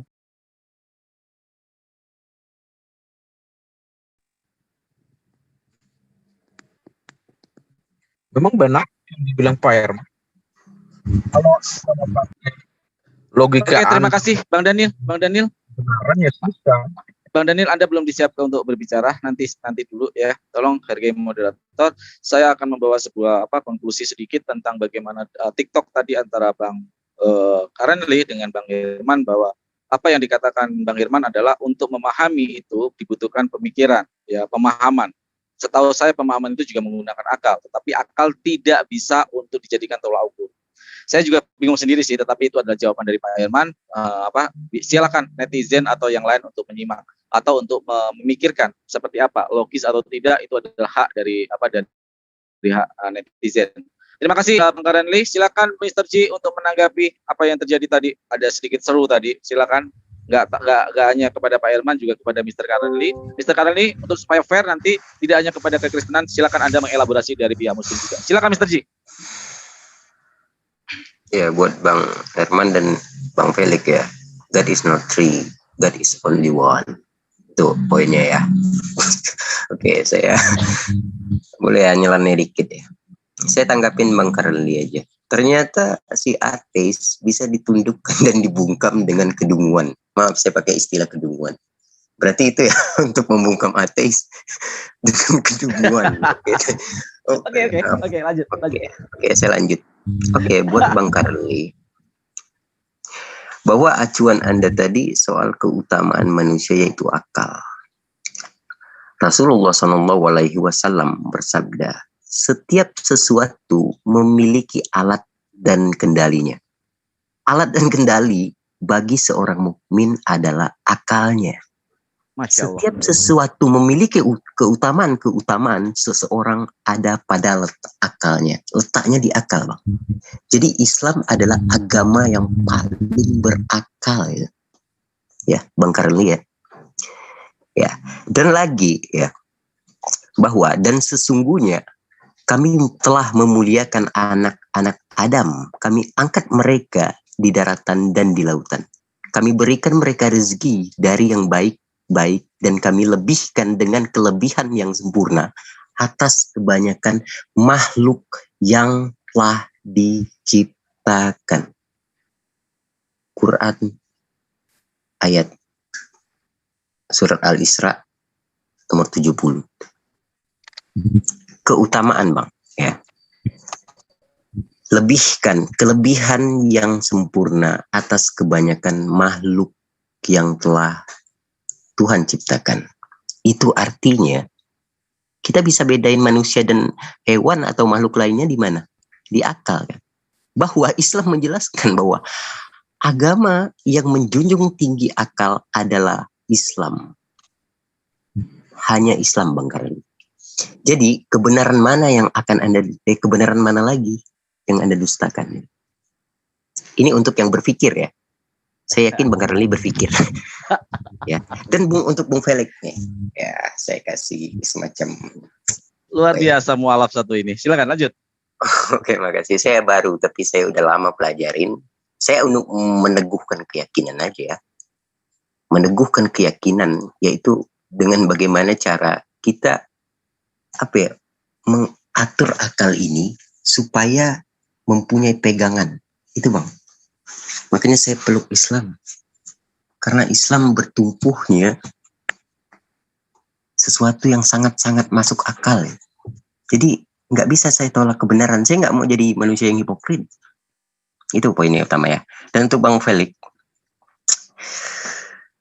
bagi saya dia udah menerangkan atau mengajari teman-temannya yang keliru dalam menempatkan akal di mana itu. Dan tapi anehnya, bagi saya aneh, padahal dia mengedepankan akal, pikiran, rasio. Anehnya gini, Bang, bertahan pada sesuatu yang salah itu artinya keapesan, atau istilah Inggris stupidity itu. Jadi bertahan pada sesuatu yang salah itu 2 kali kita kena musibah, ya. Ya, untuk Bung Felix itu untuk Bung Felix. Ya. Anda udah tahu ini salah, kok masih bertahan, ya. Dan Anda orang yang memeluk Kristen tapi sangat menjunjung tinggi akal bagi saya, ya, Bung Felix. Itu, Bang, kira-kira poinnya bisa ditangkap. Udah dapat belum untuk teman-teman? Oke, saya bisa menangkap dengan jelas sekali. Bang Karli bisa, ya? Oke, Bang Karli, saya yakin bisa. Dan saya akan menjadi, saya kalau nanti berhadapan dengan Mr. Karli akan menjadi dungu dulu untuk sementara supaya dia kalah, ya. Ini sekedar ini, ya, sekedar intermezzo para Iwan Pilah. Semoga paham satir saya yang saya ini. Dan tadi saya melihat ada nada-nada dakwah dari mualaf baru kita ini kepada Pak Felix dan kepada Pak Karenli, ya. Itu oke, gak masalah, ya. Di ruang ini adalah bagaimana kita mengelaborasi logika dan ini adalah ruang diskusi yang benar-benar menjunjung tinggi kebebasan, tetapi tetap dalam kesantunan dan bagaimana kita menempatkan sebuah kebenaran itu harus ditelanjangi, bukan bersembunyi di dalam sebuah hipokritasasi atau kemunafikan, ya. Semua pasti setuju. Sedikit, Bung Farhan. Oke, Mr. Karli. Your time. Saya mau nanggapi sedikit apa yang disampaikan oleh Bung Ji, ya. Yang barusan, ya. Maaf kalau saya salah. Bung Ji, ya? Iya, Bung Ji. Oke. Sedari tadi dari kaum muslim itu memanjakan kuping saya itu, memanjakan kuping saya dan juga memanjakan naluri saya untuk berpikir lebih kritis tentang keyakinan muslim itu gitu. Oh, itu yang saya persilakan untuk mengelaborasi. Silakan. Tapi saya tidak mau terbuai dengan itu. Saya tidak mau terbuai dengan itu karena saya yakin bahwa ketika agama itu selalu membedah antara logika atau rasio dengan konsep kepercayaan dan keyakinannya, maka di sana ada sesuatu yang salah. Itu keyakinan saya. Maka di sana ada sesuatu yang salah. Dan saya sampai malam ini menemukan belum ada agama dari manapun yang tidak memisahkan dua hal itu. Semoga Bang Felix dengan penjelasan yang cukup logis menurut saya, dan saya sangat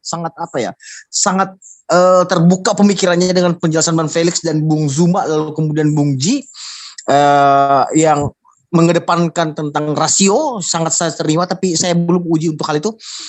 Saya ingin bertanya kepada Bung Ji, berikan saya satu narasi dogmatis yang Anda ketahui atau yang Anda pahami tentang bagaimana keyakinan Anda itu mengedepankan logika berpikir untuk mengenali satu klaim kebenaran. Silakan. Menarik ini pertanyaannya. Silakan. Nanti setelah Bang Ji juga bisa kepada Bang Zuma, ini kepada Muslim. Silakan, Bang Ji.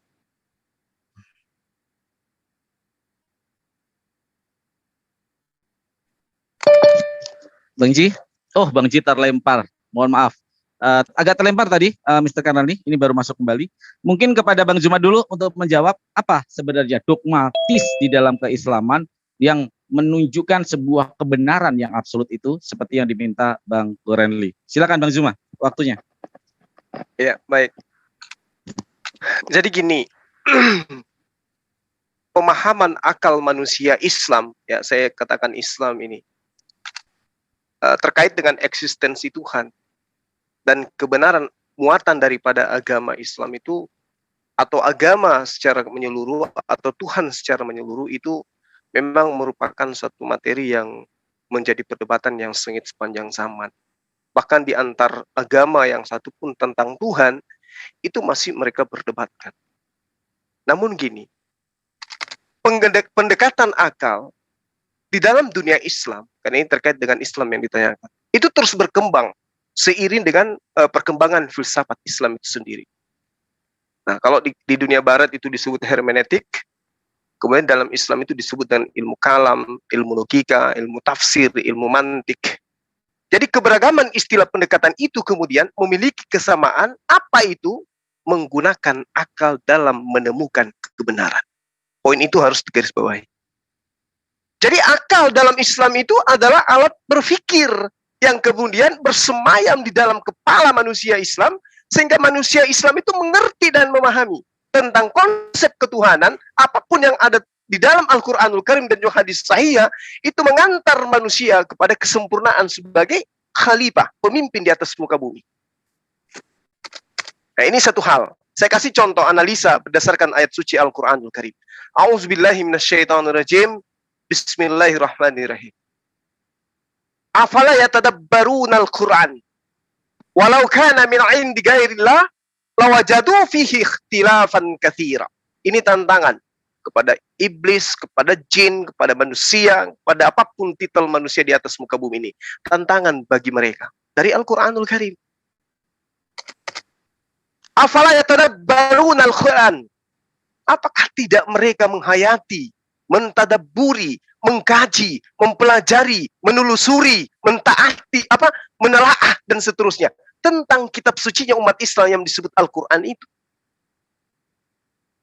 Lalu Al-Quran mengatakan apa? Walau kana min 'indi ghairillah, sekiranya Al-Quran itu bukan dari Allah, atau sekiranya Allah Subhanahu wa taala itu tidak ada, maka Al-Quran yang muatannya kebenaran itu pasti akan hancur berantakan. Sehingga Al-Quran mengatakan lawajadu fihi ikhtilafan katsira. Pastilah orang-orang yang tidak menerima Al-Quran sebagai kalam, sebagai wahyu ini, yang kemudian menjadi filter insting akal manusia seirama dan segelombang ini, akan mereka temukan banyak hal yang bertentangan di dalamnya. 1400 tahun silam, Al-Quran menantang, membuka diri oleh perkembangan zaman, oleh perkembangan pengetahuan manusia, oleh kehebatan akal manusia untuk diuji. Apakah Al-Quran itu memiliki hal yang kemudian bertentangan dengan logika sehat manusia? Satu-satunya kitab di atas muka bumi ini yang menjadi wahyu, yang kemudian berani membawa dirinya dengan menantang manusia, perkembangan manusia, kehebatan manusia, peradaban manusia untuk diuji dari kalangan manapun. Buktikan Al-Quran itu bukan dari Allah. Afala yatadabbaruna Al-Quran. Yang jadi masalah sekarang ini adalah orang dapat menemukan Al-Quran di mana saja berada, dengan bahasa yang sangat sederhana di dalamnya. Ada terjemah, ada original teks. Tapi kenapa manusia tidak mau kemudian mengambil Al-Quran itu dijadikan sebagai ajang pembuktian bahwa benarkah apa yang dilakoni umat Islam selama ini, yang katanya agamanya seirama dengan akal, seimbang dengan akal, berdasarkan Al-Quran. Telah Al-Quran itu. Karena kitabnya yang menentang. Afala yatadabbaruna Al-Quran. Apakah mereka tidak menghayati Al-Quranul Karim? Nah, ini poin yang sangat-sangat kemudian diunggulkan oleh umat Islam. Sehingga ketika berbicara mengenai akal sehat, kehebatan sistem otak manusia Islam yang berbeda dengan makhluk lainnya membuat manusia Islam itu menjadi makhluk yang paling hebat sehingga bisa bertahan hidup dari masa ke masa. Baik manusianya, baik oknumnya maupun kitab sucinya. Tidak lekang dimakan zaman. Nah, inilah kedudukan Al-Quranul Karim, wahyu, kaitannya dengan akal. Jadi kalau saudara saya mengatakan apa yang bisa diberikan oleh Islam terhadap saya yang ateis untuk membuktikan bahwa wahyu di dalam Islam itu adalah sebuah fenomena yang rujukannya adalah kebenaran dan kebenarannya adalah absolut. Kita pahami sedikit lagi, sahabat-sahabat. Bagaimana hebatnya Aristoteles, bagaimana hebatnya pemikir-pemikir ulung, orang-orang yang kemudian saking hebatnya menciptakan suatu penemuan yang mana penemuan itu sangat luar biasa dan dibutuhkan oleh manusia. Tapi di sisi itu masih ada cacatnya. Mereka hidup di dunia peradaban, mereka berpendidikan, didukung oleh alat yang canggih. Kemudian dia melakukan riset itu bukan cuma seorang diri, tapi dilengkapi dengan perlengkapan yang sangat luar biasa. Tapi bagaimana dengan dia yang membawa Al-Quran? Adakah dukungan modernisasi yang dia gunakan? Adakah disiplin ilmu yang kemudian dia punya? Atau adakah strata pendidikan yang dia pegang? Kemudian dia menciptakan sebuah konsep seperti Al-Quran, di mana muatannya 1400 tahun silam, dibuat seorang diri, dan kemudian ditemukan oleh miliaran manusia. Dan hasil dari penemuan itu dinikmati oleh miliaran manusia. Tapi ternyata konsep ilmu itu 1400 tahun sudah terkungkung dan tersimpul di dalam sebuah buku yang bernama Al-Quranul Karim. Tapi gimana dengan tidak ada kekuatan? Gimana dengan fakta adanya masuk Injil palsu, kemudian juga azam selas masuk dalam Al-Quran? Gimana? Gimana dengan fakta adanya Injil palsu masuk dalam Al-Quran? Bang Juma, biarin aja. Kemudian juga ada kamus selas termasuk dalam Al-Quran. Itu kan aneh. Nggak usah. Bang juga masuk. Gimana? Ya kan? Gimana? Sorry, saya tidak terlalu. Saya pikir belum bahas sampai ke situ ya. Artinya ini kan masih bersifat umum soal rasio. Iya. Jadi jangan dulu terlalu spesifik seperti itu, pun nanti diskusinya ini kan rancu kita ini semua. Ini dikhususkan kepada teman saya yang ateis tadi. Silakan teman-teman yang lain dilanjutkan. Makasih. Iya, mungkin saya sambung ya, Bung Farhan. Silakan. Pak Felix sebentar. Saya untuk menanggapi, untuk memperingatkan sekali lagi Amadius, Anda sudah 2 kali, masih saya kasih kesempatan, tetapi jika Anda seperti itu lagi, Anda tidak menghargai saya sebagai tuan rumah. Forum ini saya buat secara akademis, benar-benar saya mengidamkan, memimpikan diskusi seperti ini, ya, yang benar-benar saling menghargai. Tiba-tiba Anda bukan narasumber, Anda masuk begitu saja, ya. Saya peringatkan lagi. Dikik aja Bang Farhan, dikik aja dia. Okay. Kita bicara mengenai soal ateis, tapi dia membawa-bawa soal agama. Dikik aja dia. Nggak berguna lagi. Oke, silakan. Oke, mohon untuk ini, Bang Madewa. Terima kasih. Kita kembalikan dulu Pak Felix ya, karena ini pertanyaan dari Bang Prendi. Yang saya underline dari argumentasi dari Bang Zuma adalah bahwa ketika tadi meminta bukti secara dogmatis, maka Bang Zuma memaparkan bagaimana Al-Quranul Karim diyakini miliaran umat Islam bahwa ini adalah kebenaran yang absolut, silakan buktikan kalau ada pertentangan di dalam Al-Quran. Al-Quran sendiri men-challenge kita sebagai manusia bahwa jika ada pertentangan-pertentangan baik dari isinya maupun dari perkembangan zaman, silakan untuk dibuktikan. Itu dari Bang Zuma.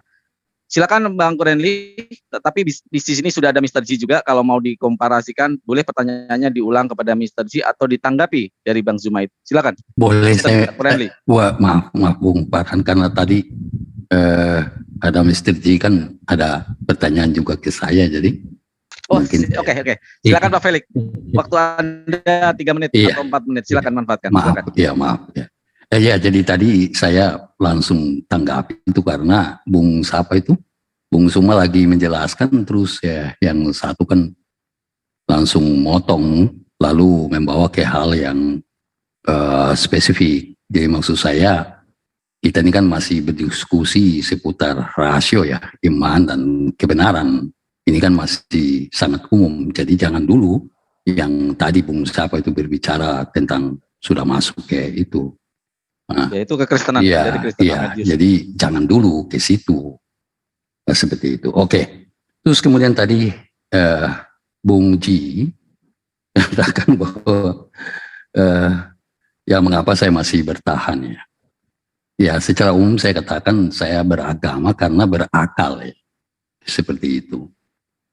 Ya kita manusia ini kan lahir bagaimanapun juga, itu yang tadi saya mungkin sudah berulang kali katakan, bahwa akal itu inheren.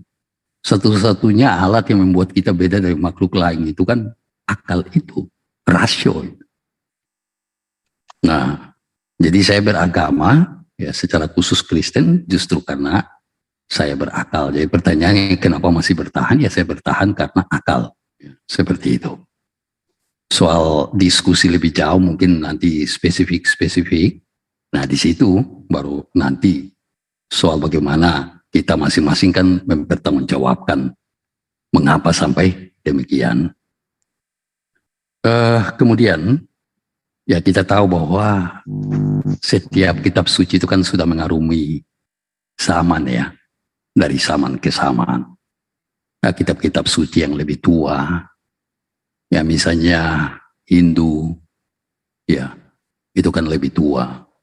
Ya kemudian misalnya kitab-kitab Yahudi, mereka ini kan kitab-kitab itu kan sudah ribuan tahun ya. Kemudian Kristen sendiri gabungan antara perjanjian lama, perjanjian baru sudah ribuan tahun. Begitu juga Al-Quran ya, ribuan tahun. Dan relevansinya terhadap sains ya, fakta-fakta saintifik ini kan sebetulnya tergantung ya. Soal refleksi, itu yang selalu saya katakan, apa sih beda antara kitab suci dengan benda-benda mati yang lain. Artinya kalau ditaruh begitu saja kan tidak ada perbedaan ya. Ini benda-benda pada umumnya. Setiap kitab suci itu kan harus disentuh oleh logika ya, oleh akal, oleh rasio itu, maka kitab suci itu dia hidup.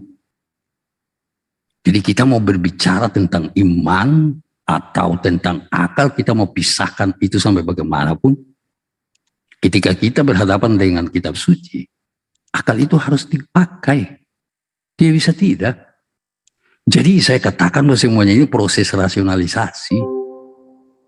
Soal bagaimana kemampuan rasio itu, misalnya kita membaca sebuah ayat dan kita menggunakannya sebagai dasar argumentasi ya, dogmatik misalnya. Dan disitulah nanti kan diuji, masuk akal atau tidak penjelasan ini. Konstruk teologinya ini masuk akal atau tidak. Jadi bukan berarti saya katakan bahwa akal manusia itu segala-galanya. Tidak. Ya, sebab banyak hal yang tidak kita ketahui dan perlu ada semacam terobosan akal itu sendiri. Dan saya katakan iman ini kan dalam arti tertentu sebetulnya adalah satu keadaan akal begitu. Ya, kalau kita mau berbicara itu sebagai satu entitas, itu semacam akal ya. Jadi kalau kita katakan bahwa kita mengenal Tuhan karena Tuhan memperkenalkan diri, ya boleh kita katakan itu proses iman, tapi sekaligus itu akal. Nah di situ, jadi kita dari tadi berbicara ini kan sesuatu yang bersifat umum, masih sangat umum, dan bagi saya ya yang currently mungkin ateis yang sesungguhnya. Dan seorang ateis pasti punya keyakinan juga. Nah, ketika dia berkeyakinan, disitulah perpaduan antara akal dan mungkin semacam iman yang ateis ya. Jadi kata iman ini kan ya boleh saya katakan memang eksklusif agama, akan tetapi kalau sudah berbicara pada tataran keyakinan, ya iman ateis ini kan tersendiri. Tapi disitulah akalnya, iman dan akal tidak dapat dilepas pisahkan. Mungkin saya masih di situ, sekitar situ. Silakan. Oke, terima kasih. Saya menangkap Pak Felix, memang kita masih berbicara tentang masalah umum dulu, yaitu akal, iman, dan kebenaran. Akal, iman, dan kebenaran, rasionalitas. Kenapa? Karena ini adalah seri pertama. Memang akan saya buat tiap minggu diskusi seperti ini, biar ada warna tersendiri, biar ada sesuatu yang baru di dalam diskusi lintas agama, Pak Felix. Diskusi-diskusi seperti ini akan mencerahkan para netizen kita, bagaimana kita berdakwah tentang kebenaran yang absolut itu sendiri ya, Pak Felix. Minggu depan kita akan angkat tema yang lebih menarik, yaitu pembuktian kitab suci berdasarkan sains dan fenomena alam. Itu sudah saya rancang, Pak Felix, sudah ada di dalam jadwal saya. Oh, sekarang, mantap. Oke, sekarang kepada Bang Perenli, tadi pertanyaan Anda sudah dijawab oleh Bang Zuma. Apa Anda mau menanggapi dulu atau akan menunggu jawaban dari Mr. G? Tetapi coba diulang pertanyaan Anda kepada Mr. G biar paham. Silakan, Mr. Perenli. Saya mungkin langsung menanggapi dulu ya. Karena ini menarik, karena ini tantangan saya. Dan saya rasa forum ini cukup bisa memahami tentang apa yang akan dikemukakan atau apa yang menjadi respon kita dalam pokok pembahasan ini gitu. Saya pernah berdiskusi dan sedikit berdebat dengan salah satu orang yang dekat secara pribadi, karena saya anggap dia adalah teman baik dari kaum muslim ya, dari kaum muslim. Lalu sedikit dia memaparkan tentang salah satu cabang keilmuan namanya tasawuf, kalau nggak salah. Maaf, tolong dikoreksi aja kalau secara listik pengucapan saya salah. Betul, tolong tasawuf. Tasawuf ya. Dari terbuka secara umum ya, saya mencoba masuk ke sana. Ini dasar dulu deh, nanti akan berkembang. Jadi pertanyaan saya simpel terhadap Bung Ji dan Bang Zuma ya, karena dia dari Muslim, gitu kan. Bagaimana tasawuf memandang klaim kebenaran oleh semua keyakinan atau agama yang ada di dunia ini. Bagaimana tasawuf memandang klaim-klaim kebenaran dari setiap agama di luar daripada agama Islam? Mungkin Bang Ji dan Bang Zuma silakan dijawab. Oke, terima kasih pertanyaannya. Tadi Bang Zuma sudah menjawab. Silakan Mr. Ji untuk menjawabnya. Oke, sebelum saya masuk ke sini, saya pelajari itu. Dan semoga memuaskan ya, klimaks ya Bang Karendi. Tasawuf memandang dunia ibarat ular.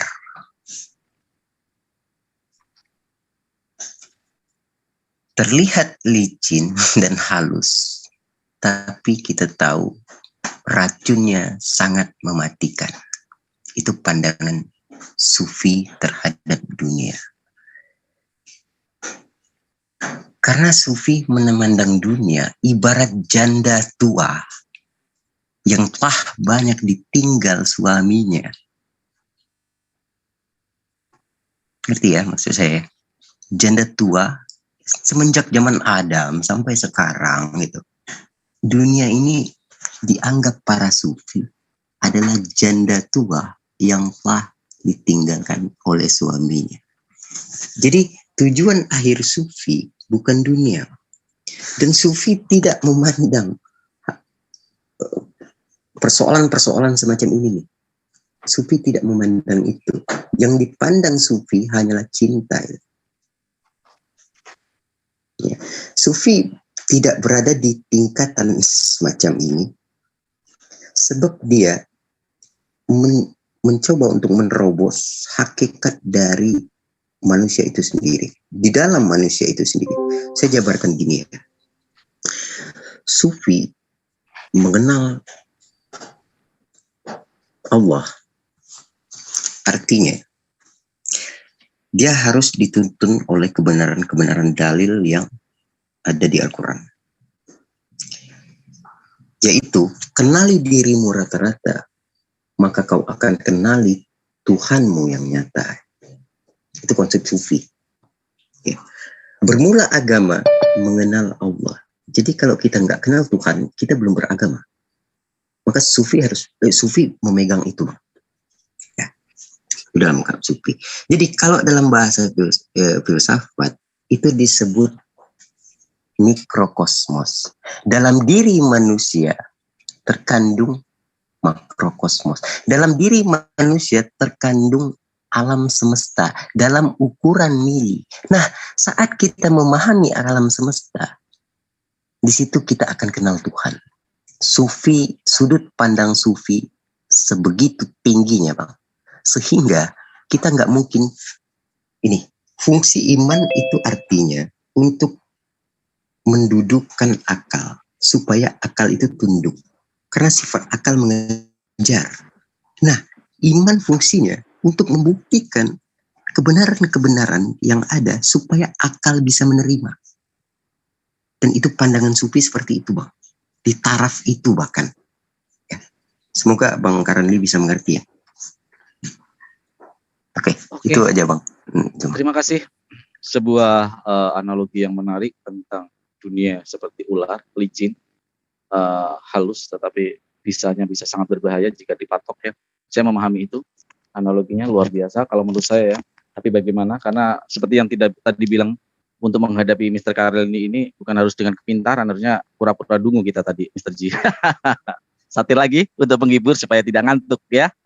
Oke, Mr. Karelni, giliran Anda untuk menelanjangi atau memberikan sebuah statement. Tidak menangkap substansinya ya,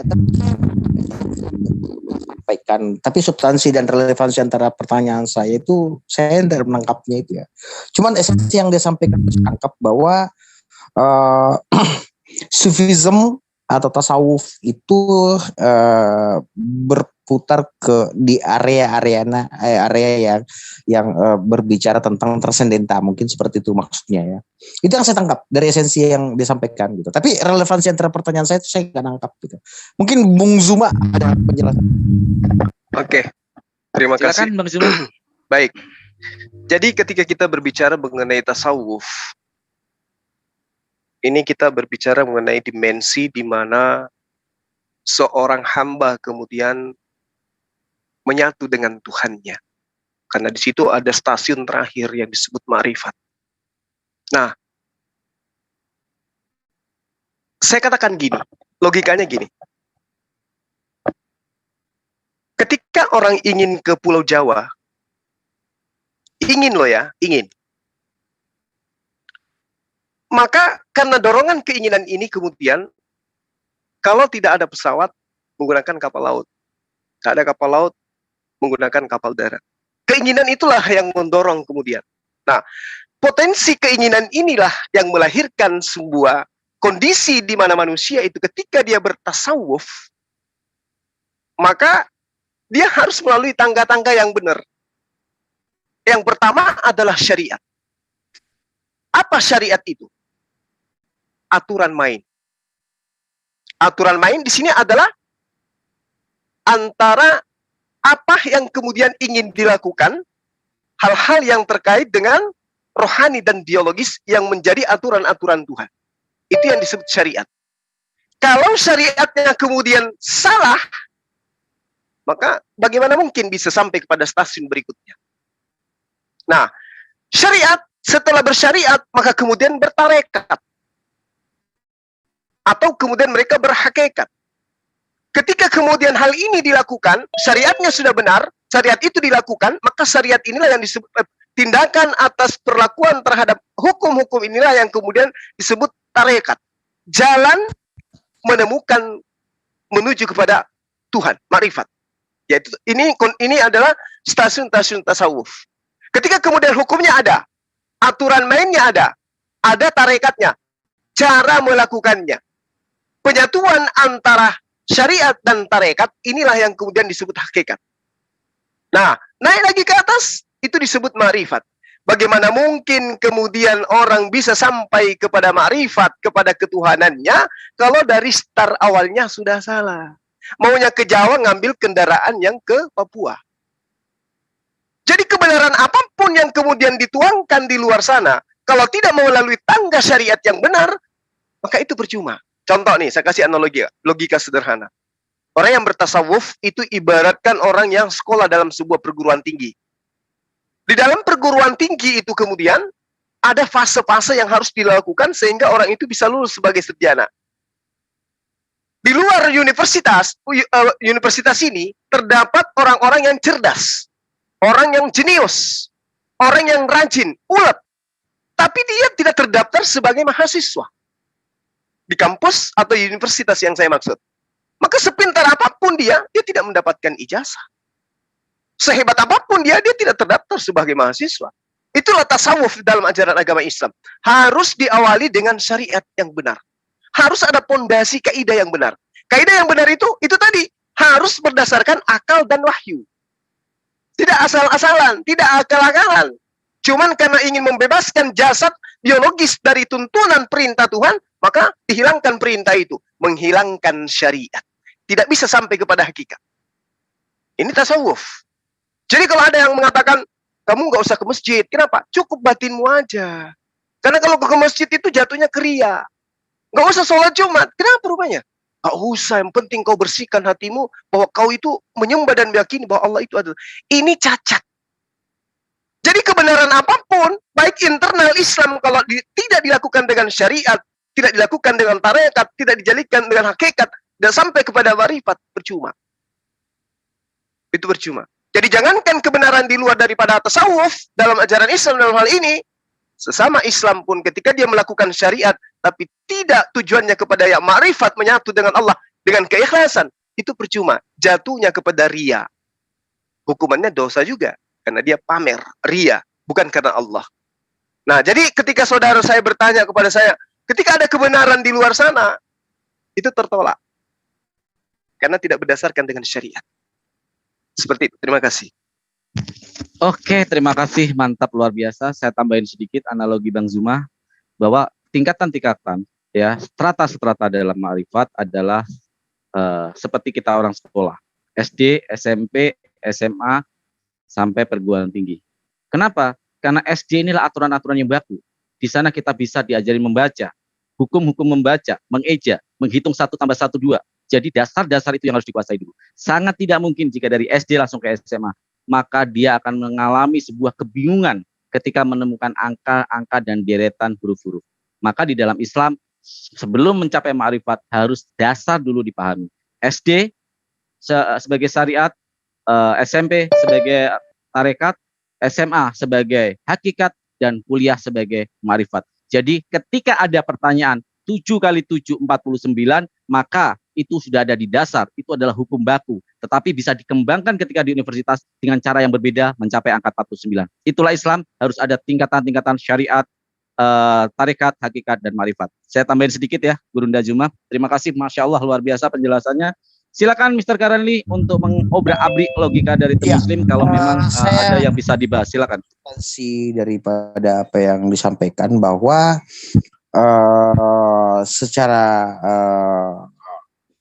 keyakinan tasawuf tidak akan menganggap bahwa klaim kebenaran itu menjadi satu kebenaran karena tidak bersumber pada hierarki yang dimaksudkan dari tadi itu atau strata-strata yang tadi, gitu mungkin ya, secara substansial saya seperti itu. Baik, jadi ini agak sedikit bukan kontradiktif sebenarnya, cuman tidak bersentuhan secara langsung, tapi esensinya bersentuhan dengan apa yang disampaikan oleh Jay. Kalau dipahami mungkin itu secara tidak langsung, secara langsung tidak bersentuhan, tapi secara tidak langsung dia bersentuhan. Secara esensial ya. Jadi secara substansial mungkin tidak, tetapi secara esensial dia bersentuhan. Gitu. Saya tangkap penjelasannya.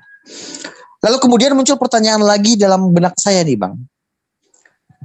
Jadi bagaimana kemudian saya, orang yang tidak memiliki keyakinan terhadap konsep ketuhanan, bisa Anda yakinkan bahwa konsep ketuhanan yang Anda miliki dalam perspektif keyakinan Anda adalah konsep ketuhanan yang benar dan absolut.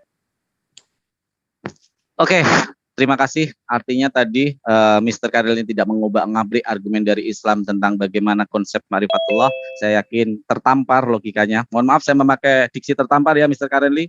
Itu adalah diksi yang tepat saya gunakan, insya Allah. Jadi artinya ada tanda-tanda kebenaran mulai diterima oleh Mr. Kareli bagaimana Islam itu. Tetapi saya tidak bisa untuk menjustifikasi, tapi saya melihat angin-angin ke sana. Semoga apa yang dilakukan oleh Bang Ji juga nanti akhirnya dilakukan oleh Bang Kareli. Itu keinginan saya. Itu mungkin bersifat utopia, tapi it's okay lah ya. Itu adalah harapan. Silakan, ini makin menarik, makin malam. Bang Zuma, kayaknya tugas Bang Zuma nih. Luar biasa pemaparan tadi. Ya nggak apa-apa ya. Ya, jadi gini, saya mengawali dengan sebuah data di dalam Al-Quran. A'udzubillahi minasyaitonirrajim. Bismillahirrahmanirrahim. Wa sakhkhara lakumul lail wan nahar wasyamsa wal qamar wan nujumu musakhkhara bi amri inna fi dzalika laayatil liqaumin ya'qilun.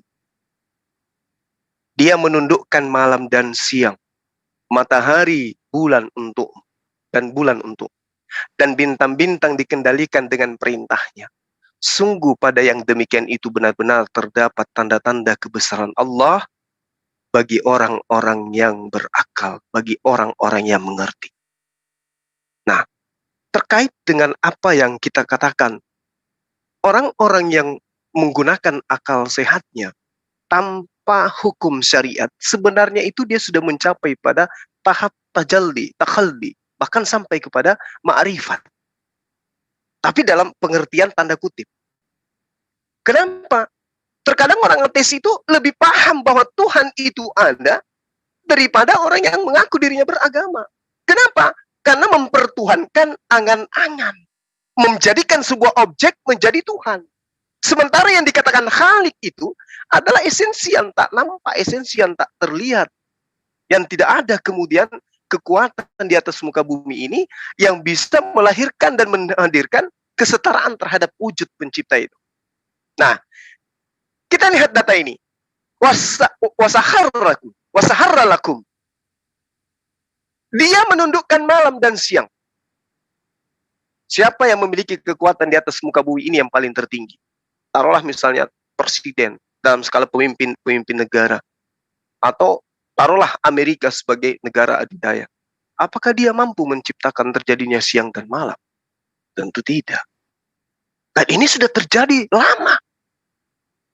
Artinya tidak ada cacat di situ. Ada kesempurnaan terjadi siang dan malam ini. Siapa yang membentuk ini sebenarnya? Tentu dia yang membentuk ini adalah yang maha sempurna. Kesempurnaannya itu bisa dilihat dari jejak-jejaknya. Contoh, analogi sederhana. Mohon saya dikasih waktu sedikit lagi. Bagaimana kita bisa menilai sebuah pembuat lemari bahwa dia itu ahli atau bukan? Kita lihat dari caranya membuat lemari. Kalau lekukannya, ukiran-ukirannya itu bagus, sentuhan-sentuhan antara sambungan satu dan sambungan itu tertata dengan rapi, maka kita katakan ini dibuat oleh orang yang benar-benar ahli. Alam semesta ini begitu apik. Jangan alam semesta, tubuh kita. Mata, kelopak mata, bulu mata, alis, suara bisa dikeluarkan, kemudian jari-jari bisa bergerak. Siapa rupanya men-setting ini semua? Ayah, kakek, opah, omah, atau kita? Bukan. Tentu ada sesuatu di luar sana yang maha besar. Nah, aturan ini kemudian dituangkan dalam sebuah kitab suci. Kitab suci yang berasal dari yang maha sempurna, tentu akan sempurna isinya. Tidak ada cacat di dalamnya. Sesuatu yang kemudian berasal dari kesempurnaan, tentu akan melahirkan jejak yang sempurna. Cari di mana kesempurnaan itu. Kembali kepada pertanyaan saudara. Jadi ketika kita berbicara mengenai tasawuf, ini adalah sebuah rangkaian ilmu untuk mengetahui keadaan kesucian hati seseorang. Bagaimana kesucian hati, bagaimana membersihkan akhlak dan meramaikan sisi lahiriah kita untuk melakukan suatu tindakan-tindakan yang berdasar terhadap syariat, perintah, aturan. Jadi kita tidak tinggal diam, mengharapkan mengharapkan nasi, masak, kemudian nasinya terbang ke kita, kemudian kita makan. Tidak. Kita membutuhkan tenaga upaya untuk melahirkan sebuah hasil. Itulah yang dikatakan syariat. Nah, contoh nih. Kalau kita misalnya dikasih beras, dikasih ikan, tapi kita tidak dikasih kompor. Semata-mata kita hanya mengatakan, nasi dan beras ini akan masak, dan lantas aku makan. Ini iman, Pak. Tanpa ada tindakan kemudian perbuatan, maka nasi itu tidak akan hadir. Itu hukum alam. Inilah yang dikatakan tasawuf. Dan tasawuf itu berada di dalam garis koridor yang benar. Al-Quranul Karim, hadis sahihah sebagai sunnah. Untuk penggerak daripada syariat, kemudian hakikat, lalu sampai kepada ma'rifat. Nah, yang saudara pertanyakan tadi, terkait dengan bagaimana cara saya menemukan Tuhan. Saya katakan, orang yang ateis itu sebenarnya lebih bertauhid daripada orang yang beragama tetapi tidak memiliki kandungan-kandungan syariat, tidak punya pase-pase dalam kehidupan keberagamaan. Kenapa? Karena dia sudah menemukan dirinya bahwasanya yang lain semuanya salah. Yang benar itu adalah ada sesuatu kekuatan. Mungkin kotak, mungkin ruang kosong, mungkin sesuatu yang dianggap bahwa inilah yang menjadi pembaharu dalam kehidupan saya. Dan itulah yang kami katakan sebagai Allah. Allah Subhanahu wa Ta'ala yang kemudian mengatur segala aspek dalam kehidupan manusia. Karena tidak akan mungkin kemudian sebuah pesawat bisa bergerak tanpa ada pilot di dalamnya. Tidak akan mungkin kemudian alam semesta ini bisa melengkapi satu sama lain, melakukan kehidupan dalam sehari-hari, detik demi detik, kalau tidak ada yang menggerakkan. Dan itu bukan makhluk. Yang menggerakkan sudah pasti adalah Allah. Tuhan yang maha sempurna. Tugas Anda sekarang adalah mencari Tuhan di setiap agama. Mana Tuhan yang benar? Silakan. Oke, terima kasih jawabannya. Sebentar Pak Irman. Iya, sebentar Pak Irman. Nanti ada waktu. Farhan mungkin sedikit kah? Iya, boleh saya jawab terkait dengan tasawuf. Oke, sebentar Pak Felix. Ya, sebentar ya Pak. Saya nanti kasih giliran masing-masing. Saya memperkuat aja dari Bang Zuma bahwa ini terkandung juga di dalam Quran surat Ali Imran ayat 190. Di sana dikatakan sesungguhnya dalam penciptaan langit dan bumi dan pergantian siang dan malam terdapat tanda-tanda kebesaran Allah bagi orang-orang yang memiliki akal. Analogi Bang Zuma tadi sangat tepat sekali. Artinya di sana ketika kita mengenali ahli atau tidak dari sang pengukir itu, kita lihat hasil ukirannya. Jadi bukan hanya mengenal orangnya. Itu maksud dari Bang Zuma dan saya ini ayat ya. Terima kasih Bang Zuma, Masya Allah luar biasa. Saya akan ke Mr. G dulu, habis itu dari tim Kristen nanti bisa menanggapi. Silakan Mr. G. Oke, jadi gini, saya mau jelasin prejudice-nya tuh, purbasangka terhadap kontradiktif katanya. Justru saya menjawab kejelasan tentang tasawuf, yaitu taraf mencapai ketinggian. Sedangkan Bang Zuma menerangkan tangga-tangganya. Dan saya menerangkan sampainya di tangga akhir. Jadi apa yang kontradiktif di situ? Gak ada. Ya, dan saya ingin menekankan kepada Bang Karanli untuk menjelaskan kebenaran. Saya ingin mengutip hadis qudsi. Laisa kamislihi syai'un. Bahwa Allah itu tak bisa disama-samakan dan tak bisa diserupa-serupakan. Saya kaitkan dengan nalar. Jika ada manusia menemui Anda dan manusia itu bilang bahwa, "Hei, aku adalah engkau." Dengan sendirinya Anda pasti menjawab, "Aku ya aku, engkau ya engkau." Itu menandakan bahwa manusia aja tidak bisa serupa-serupakan loh. Apalagi Tuhan, Sang Maha Pemilik segalanya. Bagi orang yang nggak berakal, pasti sebut ini kontradiktif. Dan saya mau kutip Bang sedikit. Silakan. Hawa nafsumu adalah induk segala berhala. Berhala jasmani adalah ular, namun berhala rohani adalah naga. Dan itu adalah salah satu penghambat orang untuk menerima kebenaran. buang hawa nafsumu. Sebab hawa nafsumu bisa membuat raja menjadi budak. Bayangkan, kendalikan hawa nafsu untuk menerima kebenaran. Terima kasih. Terima kasih Bang Ji, Masya Allah luar biasa. Tapi tadi saya agak sedikit koreksi, tadi bukan hadis qudsi tapi ada di dalam Quran surat Asy-Syura ayat 11, Bang Ji. Laisa kamitslihi syai'un. Terima kasih Bang Ji pemaparannya. Ini Pak Firman terakhir mungkin. Oke. Silakan Pak Hirman, habis itu Pak tentang tasawuf kayaknya menarik juga pandangan dari Kristen tentang tasawuf dari Pak Felix. Silakan Pak Hirman, waktu Anda gunakan. Silakan. Jadi saya mau menjelaskan ya mengapa pikiran ya atau akal budi manusia itu tidak bisa dijadikan alat ukur. Apa pandangan dari kebenaran yaitu firman Tuhan mengenai akal budi manusia ya. Ya. Baca yang merahnya saja ya. Tidak ada seorang pun yang berakal budi ya. Ini kondisi manusia yang sudah berdosa ini semua. Pikiran mereka telah menjadi tumpul. Pikirannya telah dibutakan oleh ilah zaman ini. Kami menawan segala pikiran dan menaklukkannya kepada Kristus. Berarti tidak otonom. Pikiran itu harus ditaklukkan kepada Kristus. Tidak bisa dijadikan alat ukur. Pikiran kamu disesatkan. Lukas 2.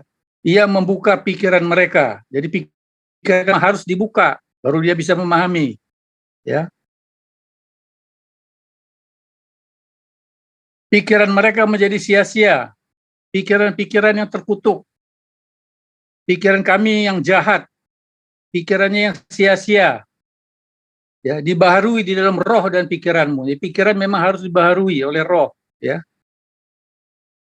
Jadi tidak otonom. Ya, bagaimana pikiran seperti begini bisa dijadikan patokan? Ya, inilah kerusakan pikiran manusia. Ya, pikiran mereka semata-mata tertuju kepada perkara duniawi. Nah, yang terakhir, tidak ada lagi yang berpikiran sehat. Ya, menyesatkan pikiran yang jahat, memusuhinya dalam hati dan pikiran. Ya, sudah jelas. Makanya saya katakan tadi bahwa akal budi manusia yang berdosa itu sebelum dia bertobat, ya, sebelum dia dicerahkan oleh iman, tidak ada yang bisa dipakai untuk jadi patokan. Ya, kalau itu jadi patokan, semua manusia itu akan ke neraka. Jadi ini jelas saya mengatakan bahwa akal berarti beriman dulu baru berakal gitu Bang ya? Ya. Beriman dulu baru berakal Bang ya? Bagaimana maksudnya beriman berakal bagaimana? Akal itu dipakai untuk kita memahami iman, tapi akal tidak bisa dijadikan sebagai alat ukur. Jadi enggak gini Bang, gini ya. maaf Bang, maaf. Jadi maksud Abang ini beriman dulu baru berakal gitu ya? Kalau tidak ada, kalau tidak berakal, bagaimana kita bisa beriman? Bagaimana sih? Jadi begini saya katakan ya, orang yang bertobat, dengar dulu, orang yang bertobat, pertama dia mempunyai pengetahuan, berarti ada pikiran dia. Kedua, dia percaya, itu juga ada dalam pikiran. Ketiga, komitmen, itu adalah iman. Jadi iman itu hanya sebagai alat untuk kita bisa memahami, tapi iman kita kalau tidak diterangi ya oleh kebenaran, yaitu firman Tuhan, inilah jadinya yang saya bicarakan ini, tidak bisa dijadikan patokan sebagai alat ukur. Ya, tidak ada yang membuang iman. Iman itu dikasih Tuhan itu dipakai.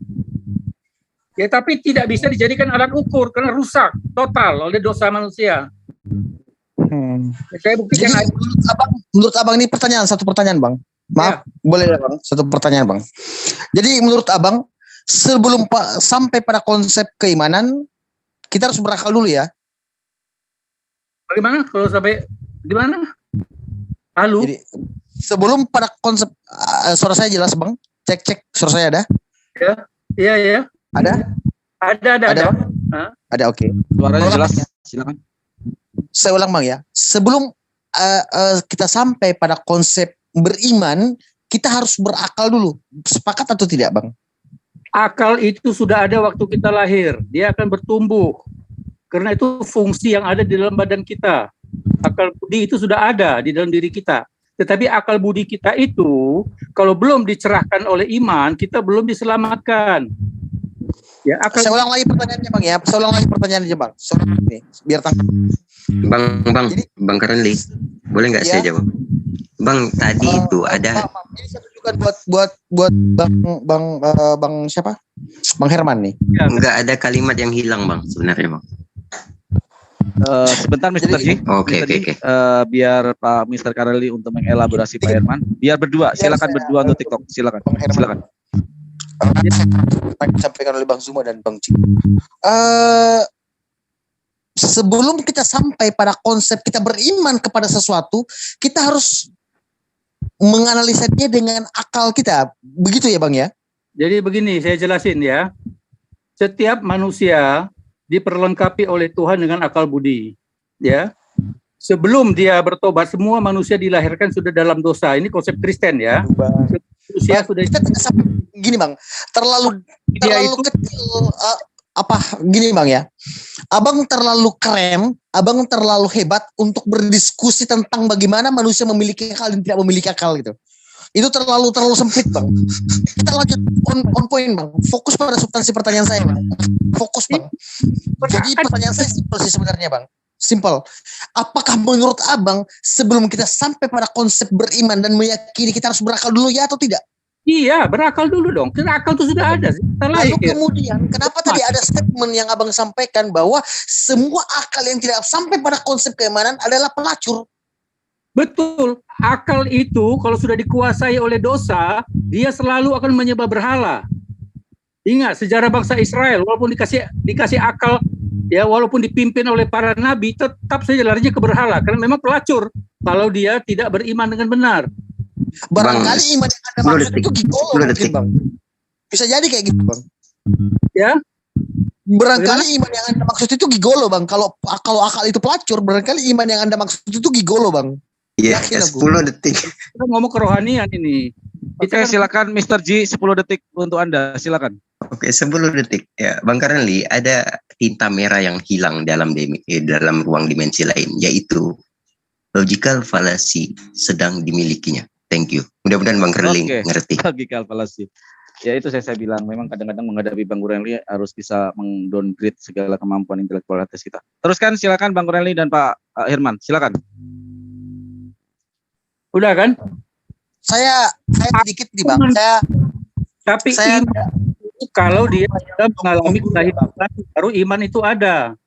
Ya, jadi gini sedikit Bang. Saya tidak berupaya menggurui. Saya hanya mengingatkan, menyegarkan pemikiran abang tentang Strawman fallacy dan anecdotal evidence. Bagaimana kemudian logika fallacy itu digunakan untuk menyampaikan ke publik sesuatu yang sebenarnya secara tidak langsung abang tidak ketahui. Itu yang pertama. Yang kedua, bagaimana kemudian abang menyampaikan hal yang siogianya dalam pemikiran abang pun Anda akui kebenarannya. Bahwa memang adalah akal satu-satunya objek pada manusia yang digunakan sebagai validator kebenaran terhadap sesuatu. Entah itu keyakinan yang sifatnya transendental. Aku nggak mau. Abang terlalu ikut mengakui itu.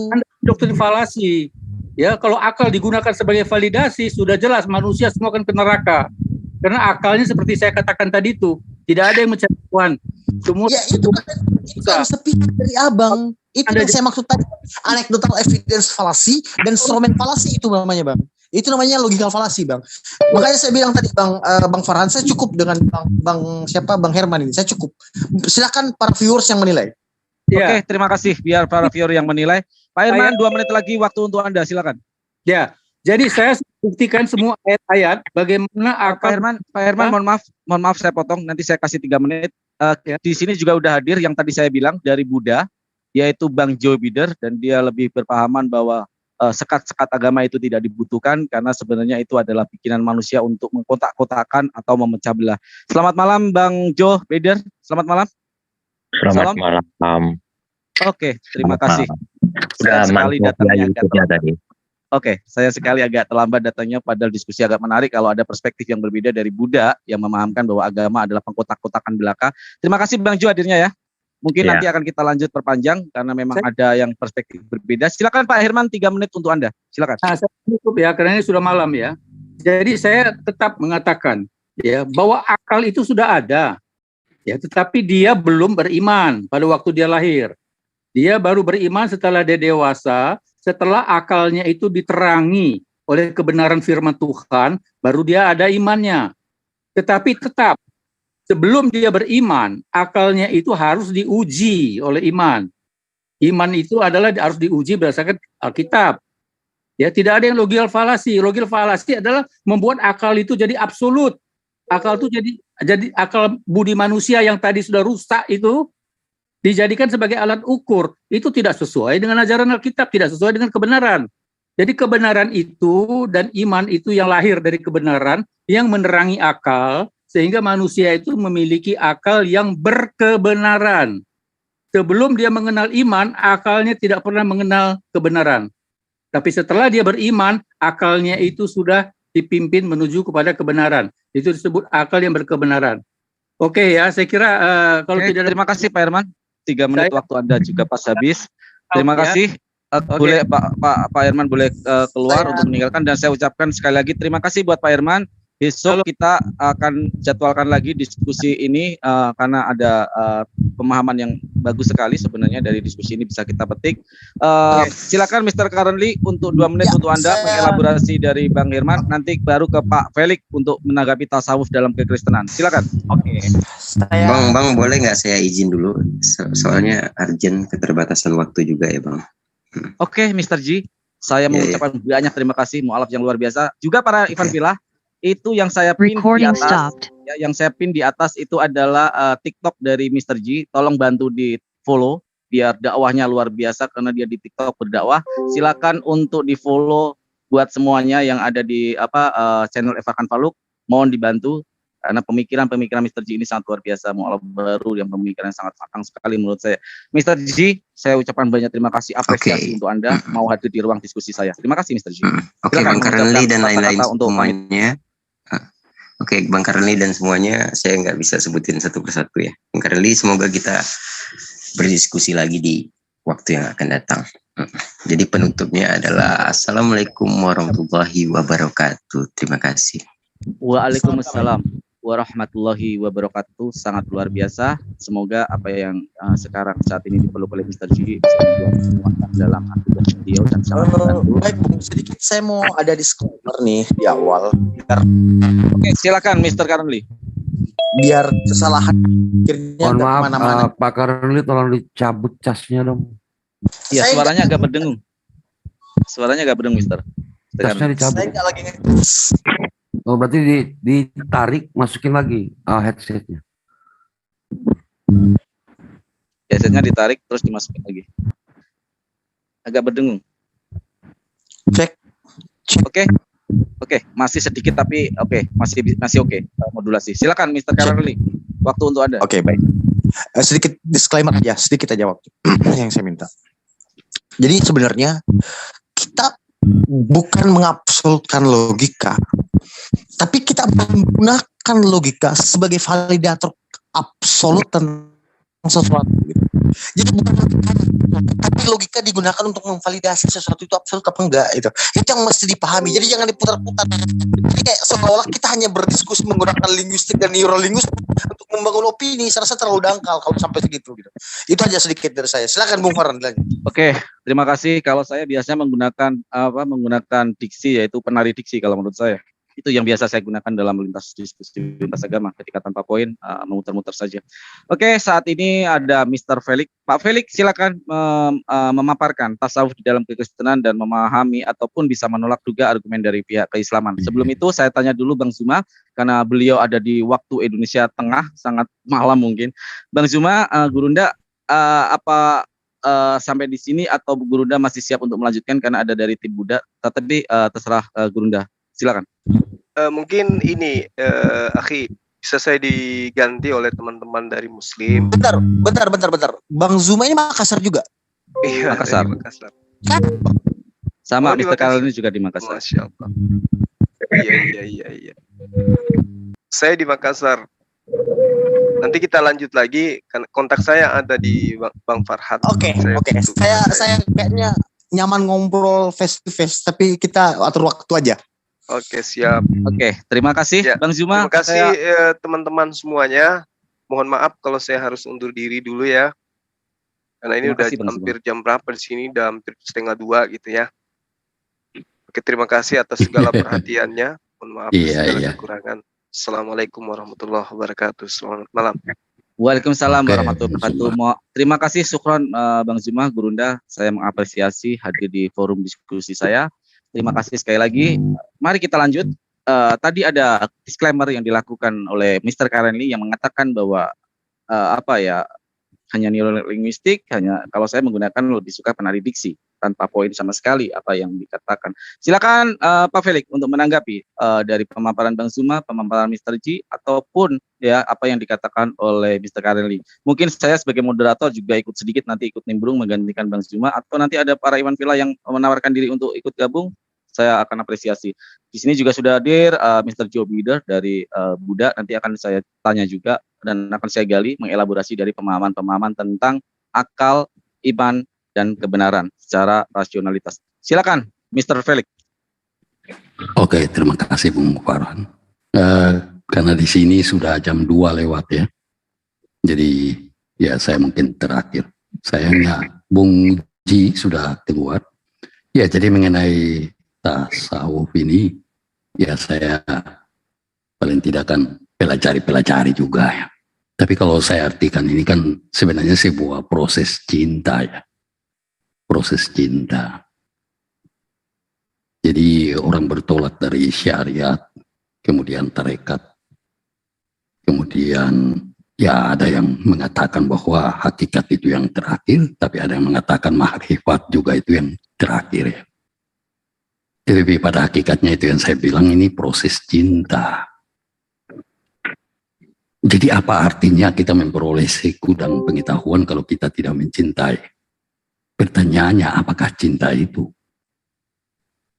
Dalam bahasa ini kita bisa katakan bahwa proses penyatuan ya, antara yang insani dan ilahi.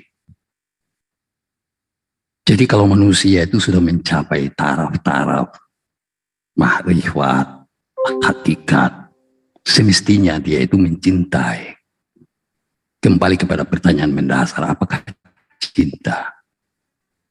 Sehari-hari kalau saya katakan I love mathematics, saya suka matematika, maka itu membuat saya semakin mengetahui.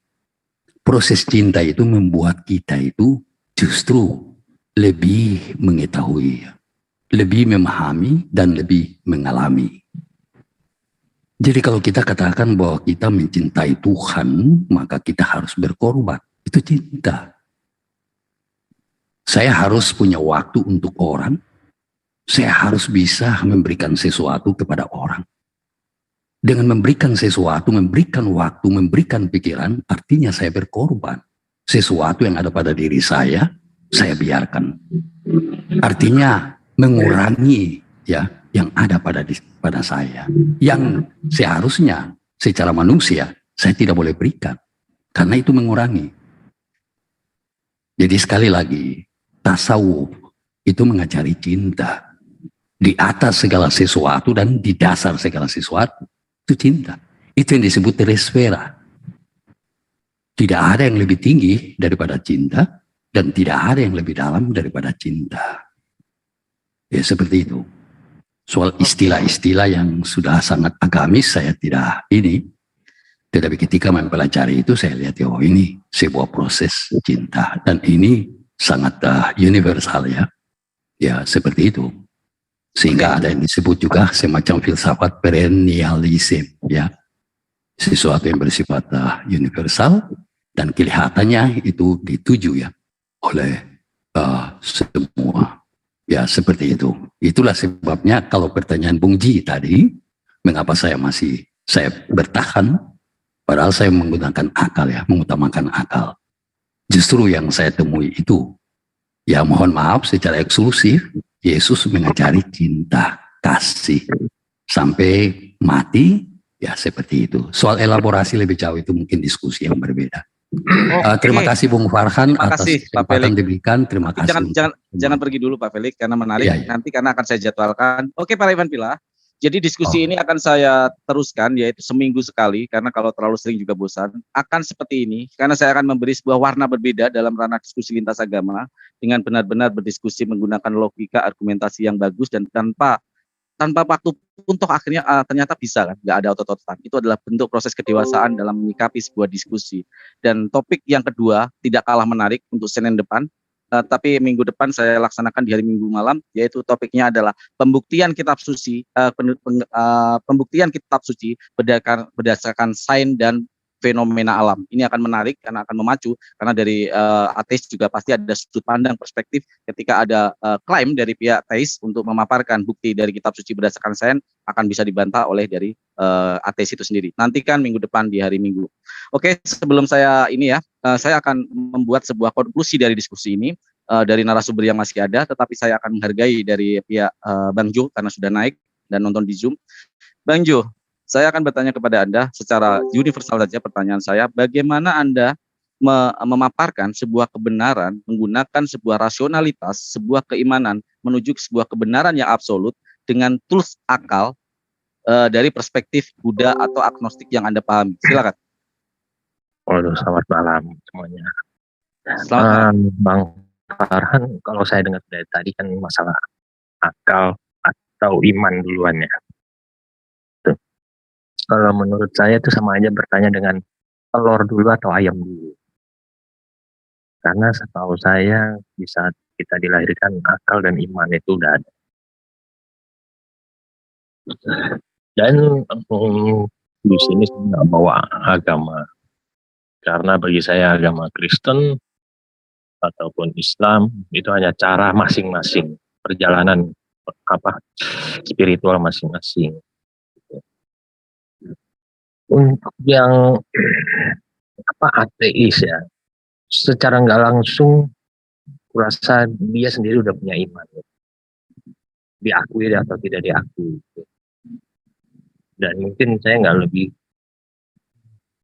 lebih ke urusan agama Buddha atau agama apapun, karena menurut saya keimanan itu lewat jalur mana aja, entah Kristen, Islam, Buddha, Hindu, atau ateis sendiri itu udah punya keimanan sendiri. Hanya cara untuk mendekatkan diri yang prosesnya berbeda. Gitu loh Bang. Menarik sudut pandang perspektif dari Bang Jo, tidak bisa menjawab akal atau ini. Dikit Bung Farhan, sebenarnya saya silakan, mau ini menarik. potong cuma Silakan, gak apa-apa. Gak apa-apa, silakan. Sudah larut nih ya. Saya rasa cukup fatal pemikiran bahwa semua itu sama. Kalau semua itu sama ngapain beragama? Mungkin seperti itu. Tapi banyak hal sih sebenarnya yang pengen saya kutak-atik dari apa yang disampaikan oleh Bung yang barusan tadi naik tentang bagaimana pandang itu gitu. Cuman karena waktunya Bung, maaf. Kapan-kapan kita akan ngobrol tentang itu dan saya yakin saya akan mengupas tentang apa yang menjadi landasan perspektif Anda gitu. Lalu kemudian kita akan menguji kepada perspektif Anda itu secara sains atau secara logis gitu. Tapi itu lain kali Bang. Kalau saat ini karena saya juga ada di Indonesia ini bagian berbeda dengan Indonesia bagian barat. Jadi waktu saya maju ke depan 1 jam. Ini di sini saya sudah pukul 1:24. Jadi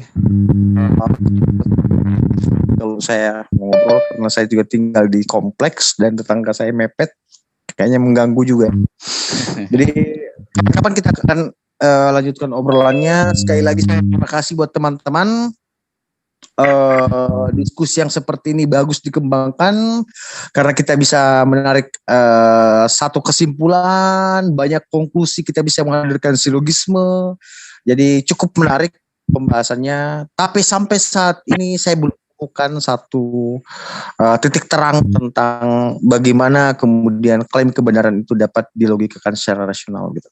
Itu dari saya. Jadi satu quote buat teman-teman kaum agamis, jangan pernah memisahkan antara landasan berpikir logis dan landasan berpikir dogmatis. Karena ketika teman-teman memisahkan itu, maka dapat disimpulkan ada yang salah dari pemahaman atau keyakinan yang Anda anut atau Anda yakini.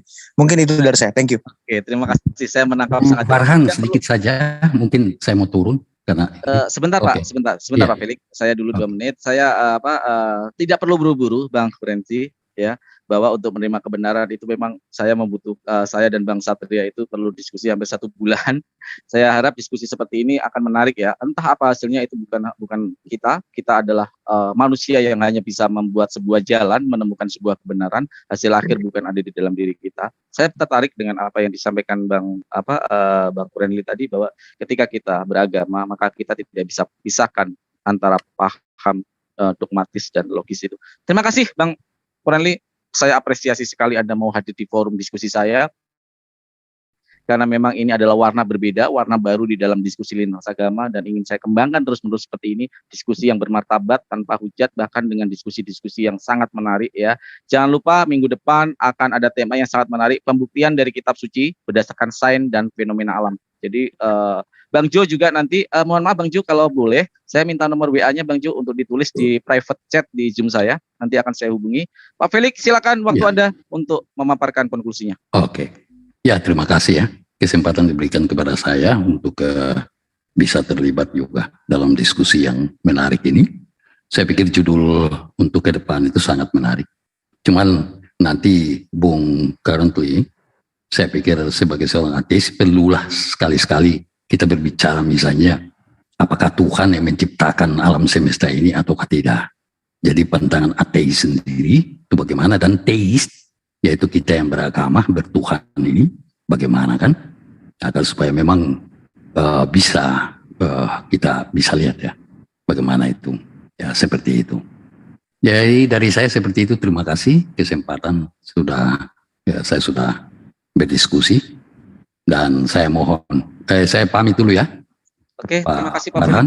Terima kasih untuk semua. Iya. Sama-sama Pak Felix, saya apresiasi terima kehadiran kasih di room diskusi saya. Terima kasih. Terima kasih Bung. Ya, para Iwan Villa, sampai di ujung kita, saya mempunyai sebuah quote yang menarik, bahwa ketika kita melakukan sebuah diskusi, bukan hanya logika yang bermain, tetapi emosi di sini. Tetapi jangan lupa bahwa kebenaran bukan bersifat subjektif, tapi kebenaran harus bersifat secara objektif. Pengujinya adalah akal kita dan nurani kita. Jangan lupakan nurani kita.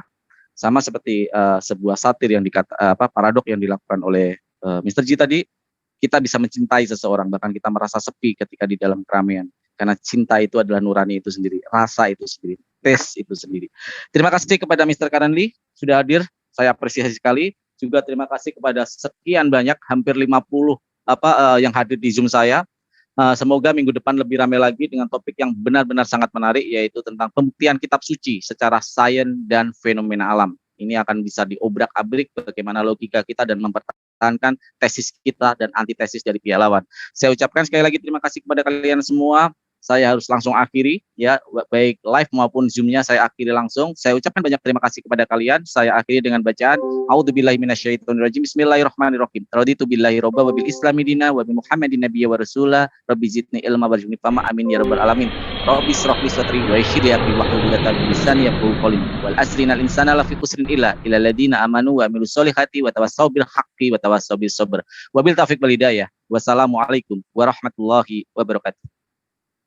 Assalamualaikum.